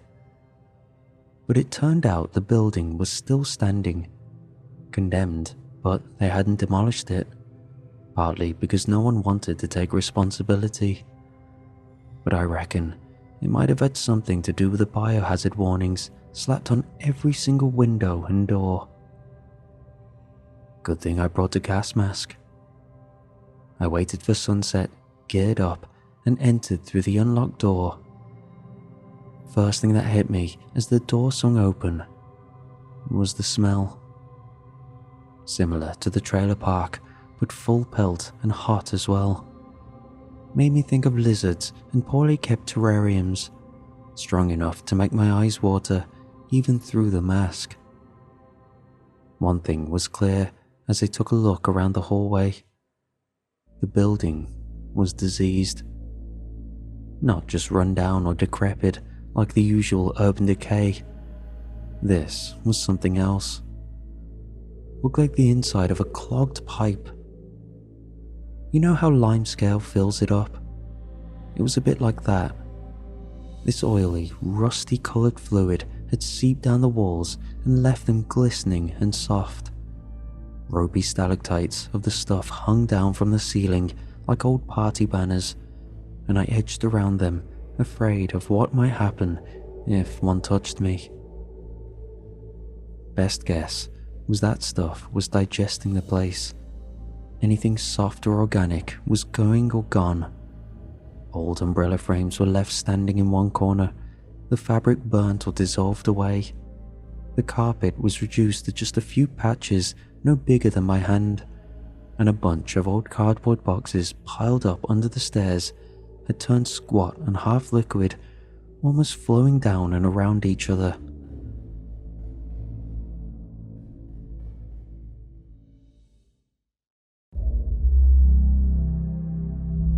The worst came when I took a look around the back room. More of a broom closet, I guess. Wouldn't have gone in, but something caught my eye. A well-worn shoe that wasn't covered in oily stuff, sign of recent activity. That, and the way the door was ajar, just raised my suspicions. So, I took a look. Even now, the timeline eludes me, but someone, a vagrant most likely, given the way they were dressed, died a nasty death in there. Chemical burns come to mind. They were balled up in one corner, eyeless, looking up at me as I pushed the door open to take a closer look. Pink flesh threaded with red blood vessels, yellow bones poking through here and there. From the looks of things, they'd been trying to work the door open. You could see a history of their escape attempts left by bleeding hands. Rust-colored finger streaks ran all along the door's edges, special attention paid to the hinges. And he'd broken the only window and tried hauling himself up there, only to realize it was barred from the other side. The jagged glass that still clung to the frame was covered in old blood. His palms must have looked like grated cheese. Eventually, he'd given up and laid down in that mess, and the thought of it made my chest feel heavy and tight. I'd only been in the building a few minutes, and that stuff was already eating through my shoes. I could hear the thick rubber soles sizzle and pop with each step. But that guy had been forced to sit down in an inch-deep puddle of the stuff, likely because exhaustion had left him no choice but to tough it out. So how long had he tried to stay upright? Hours, days, weeks. Him getting stuck in there had to be deliberate. I was sure of it. A feeling in my gut. Someone had locked the door behind him and left him to die slowly. God only knows why. But did that mean they were still hanging around and waiting for a chance to get to me? Looking around, I sure didn't feel safe or alone. The shadows seemed too deep, and the steady drip, drip, drip of that rancid oil oozing out of every surface was too monotonous. Someone or something lived in that filth, and chances were they'd been responsible for that poor vagrant's agonizing death. That meant getting out of that hellhole was a priority. So I made for the stairs and started to climb. If there were any answers in that place, it had been the apartment where the old man died. The crime scene tape was still hanging off the doorframe when I found it, and the TV and sofa, or what remained of them, stood in the same place as in the photos. Back in the day, the old man had been a hoarder, and I was surprised crime scene hadn't cleared all that stuff out. It was all still there. Only what had once been a chest-high maze of papers and magazines was now just kind of hardened pulp, almost like magma dried mid-flow. The whole damn place was covered in the stuff, like coral reef, growing up the walls and even patches of the ceiling. Looked a hell of a lot like a wasp's nest, and it looked to be the source of that oily-looking fluid. You could see it sweating out of every crease and fold in that strange hive. It was almost hypnotic to look at. Glistening amber beads oozing out of papery sheets that flowed like rock strata. There was a gentle, barely perceptible rhythm. Hypnotic. I don't know why, but I reached out and ran the tip of my finger as gently as I could along the surface. It felt like the underside of a mushroom. All those papery gills, gossamer thin, soft and inviting. I wore no gloves, and the brief moment of contact had deposited a single bead of that strange syrup on my fingertip. It caused a tingling sensation that was not entirely unpleasant. Even the blood that trickled down my knuckle felt warm and wet, like testing a hot bath with your hand.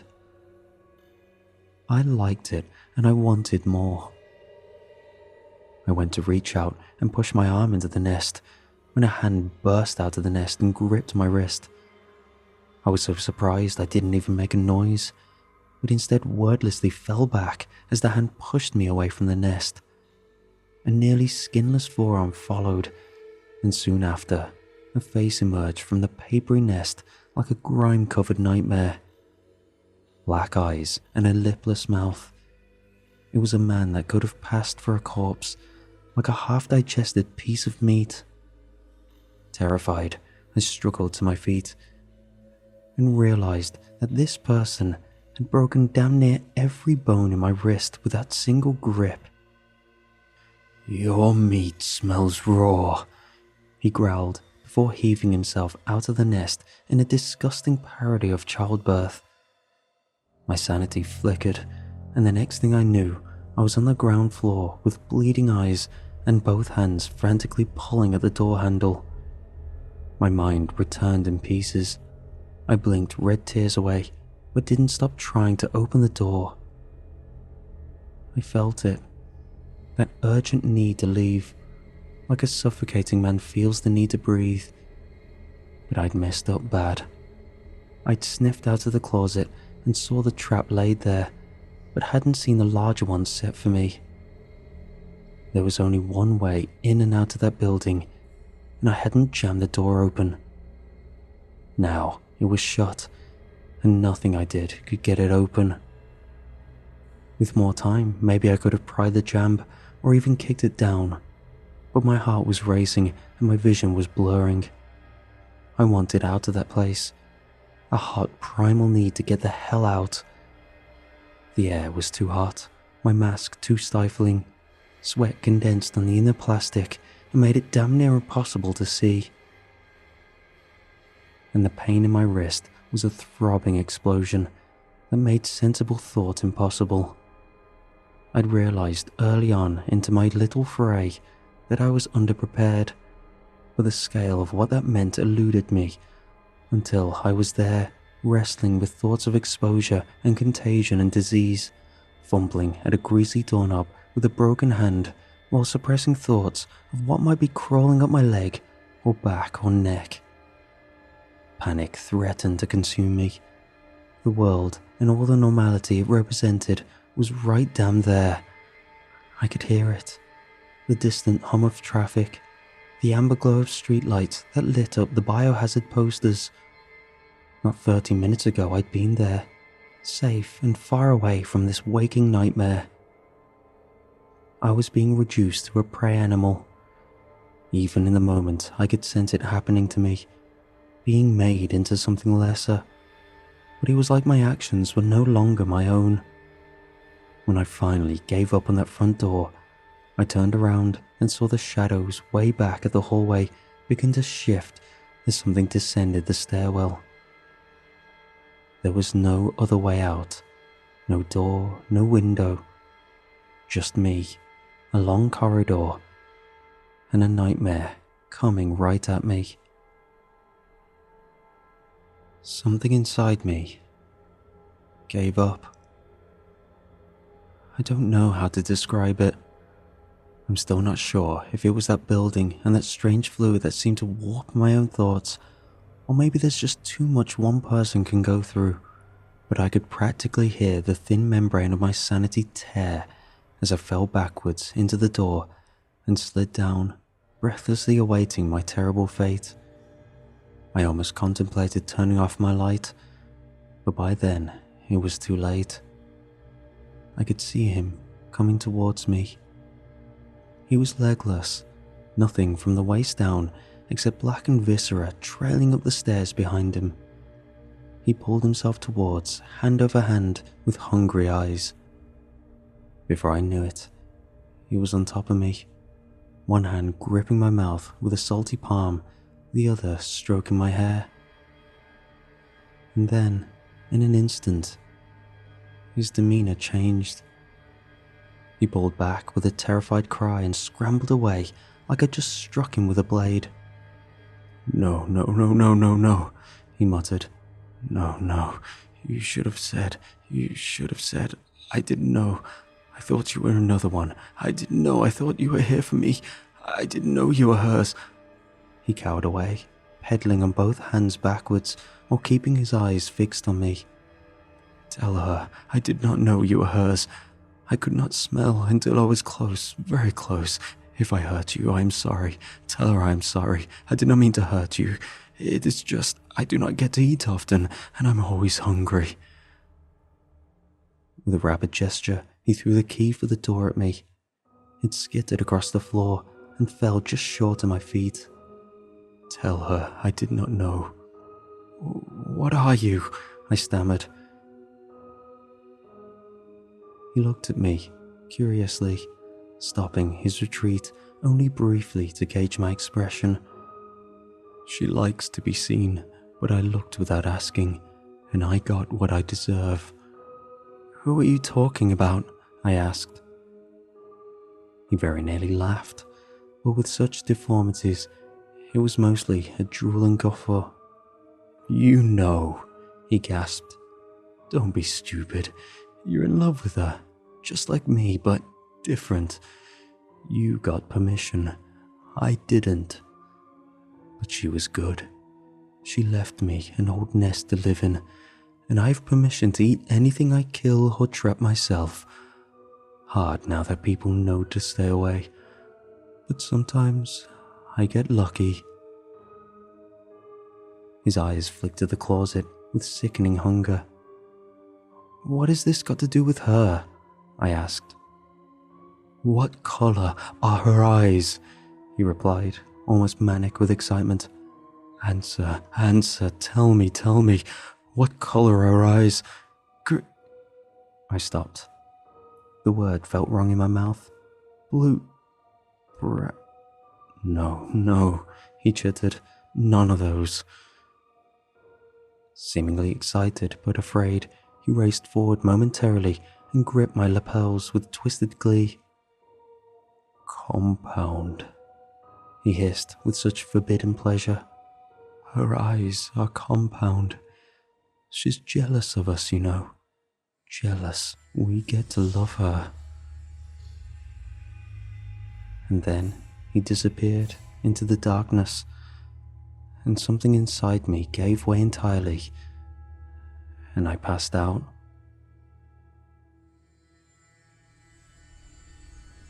I don't know much of what came after exactly. I was found a few hours later in my car, idling at a traffic light. I'd made some effort at getting away on my own, but didn't get very far. No surprise here, but I got sick as a dog going in that place. A deep chest infection, the kind that scares everyone at least once in their life. Only fair, given how stupid I was. But forgive me, I hadn't anticipated nightmares beyond human comprehension. I challenge anybody to think that far ahead. You think junkies, you think flies, squatters. But that guy, that man slipping out of the nest and barreling towards me on two hands, my mind going sizzle pop along with the soles of my boots. In real life, things like that always sneak up on you. So I paid the price. 6 months. Jeez, 6 long months. I got every fever you can think of. Sepsis, kidney failure, liver failure.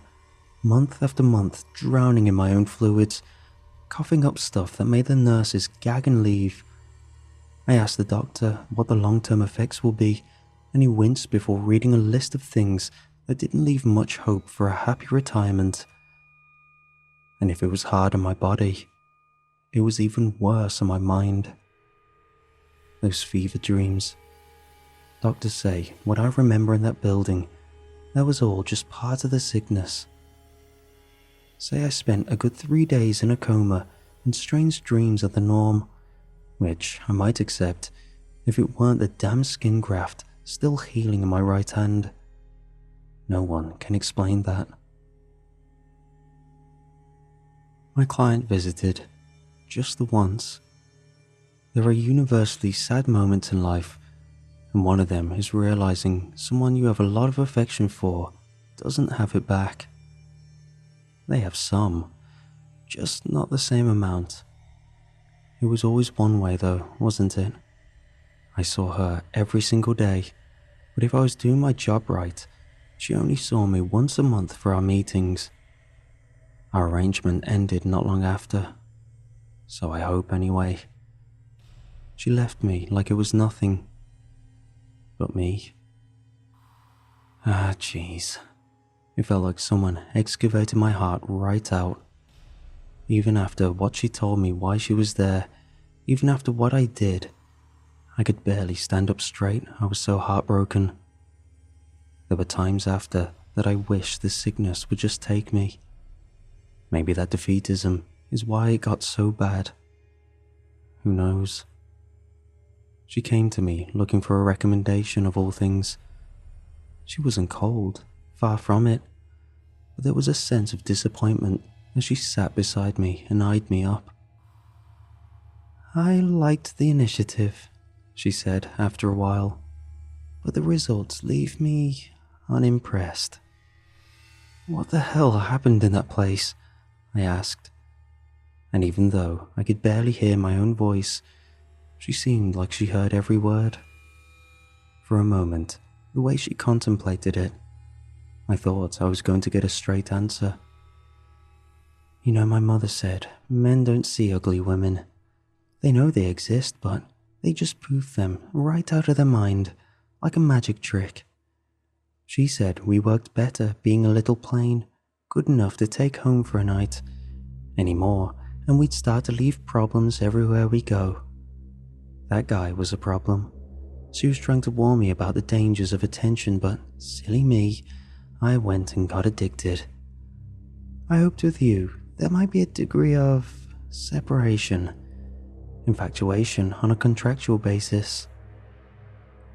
She took a deep breath, like she'd had a long, hard day. "I don't know.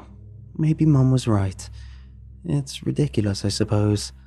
The fly shouldn't admire the spider.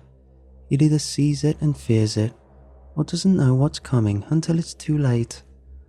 I think Mom was telling me to go for the latter. It's no fun being invisible, though. You spent all that time looking at me, following me. What did you see?" I looked at her until my eyes watered and something throbbed in my skull. "I don't know," I tried to lie. "Be honest." She looked right at me, and something in the air changed. I don't know what. Hot. Jeez, it was hot, like looking at the sun. I remember the heart rate monitor going nuts, and then I remember gossamer wings and serrated chitin, a tick on the side of your cheek, a leech on your tongue, a horsehair worm that won't leave the skin. And then an instant later, my eyes refocused, and there was just a normal woman in front of me. "Someone I could have loved," I answered, unable to stop the words spilling like vomit. "Someone who I thought deserved love." "See," she said, "who wouldn't like your version better?" I was crying again, heart racing, world like butter, going soft at the edges. Whatever she did, it was like undergoing brain surgery in real time. "I'd like a recommendation," she said after another minute or two of silence. "I'd like to see myself. I look in the mirror and I don't see what you do. I'd like an artist to paint me, a version of me at least. It won't be easy on them. All this time you've probably looked directly at me for no more than 5-10 minutes in total. Just didn't realize it. Always the back of my head or my hair obscuring just so. That won't do. I want a portrait. I want to know what you see." "What will you do then?" "I won't do anything. Not intentionally. But if you ask someone to paint the sun, expect them to go blind. Whoever paints me will be painting the sun in their living room. Going blind is the least of their problems. Now, fess up. You know someone. You mentioned them once in passing. A cousin maybe. An artist in need of cash, I'm sure of it." "Why would I tell you anything?" "Because you love me," she said. "And because despite everything, you will get better, and you will come back to me. Year or two, I think. You are adamant I have no hold on you, and you will think that for a long time. In this period of freedom, you'll enjoy it only by my good grace and mercy. You did a good job, better than anyone before. I've read your notes and reports over and over, and seen details of myself I didn't even know were there. It's a thing of beauty, what you did, and one day soon you'll come back to me with some excuse for why you want the contract to continue. I tried to spit the word never, but managed, at best, a weak shake of the head, something that put a most peculiar smile on her face. It doesn't work like that. It'd be like trying to brute force your way through Alzheimer's. You'll be back. Even now you're mine. All mine. I'm just being gentle.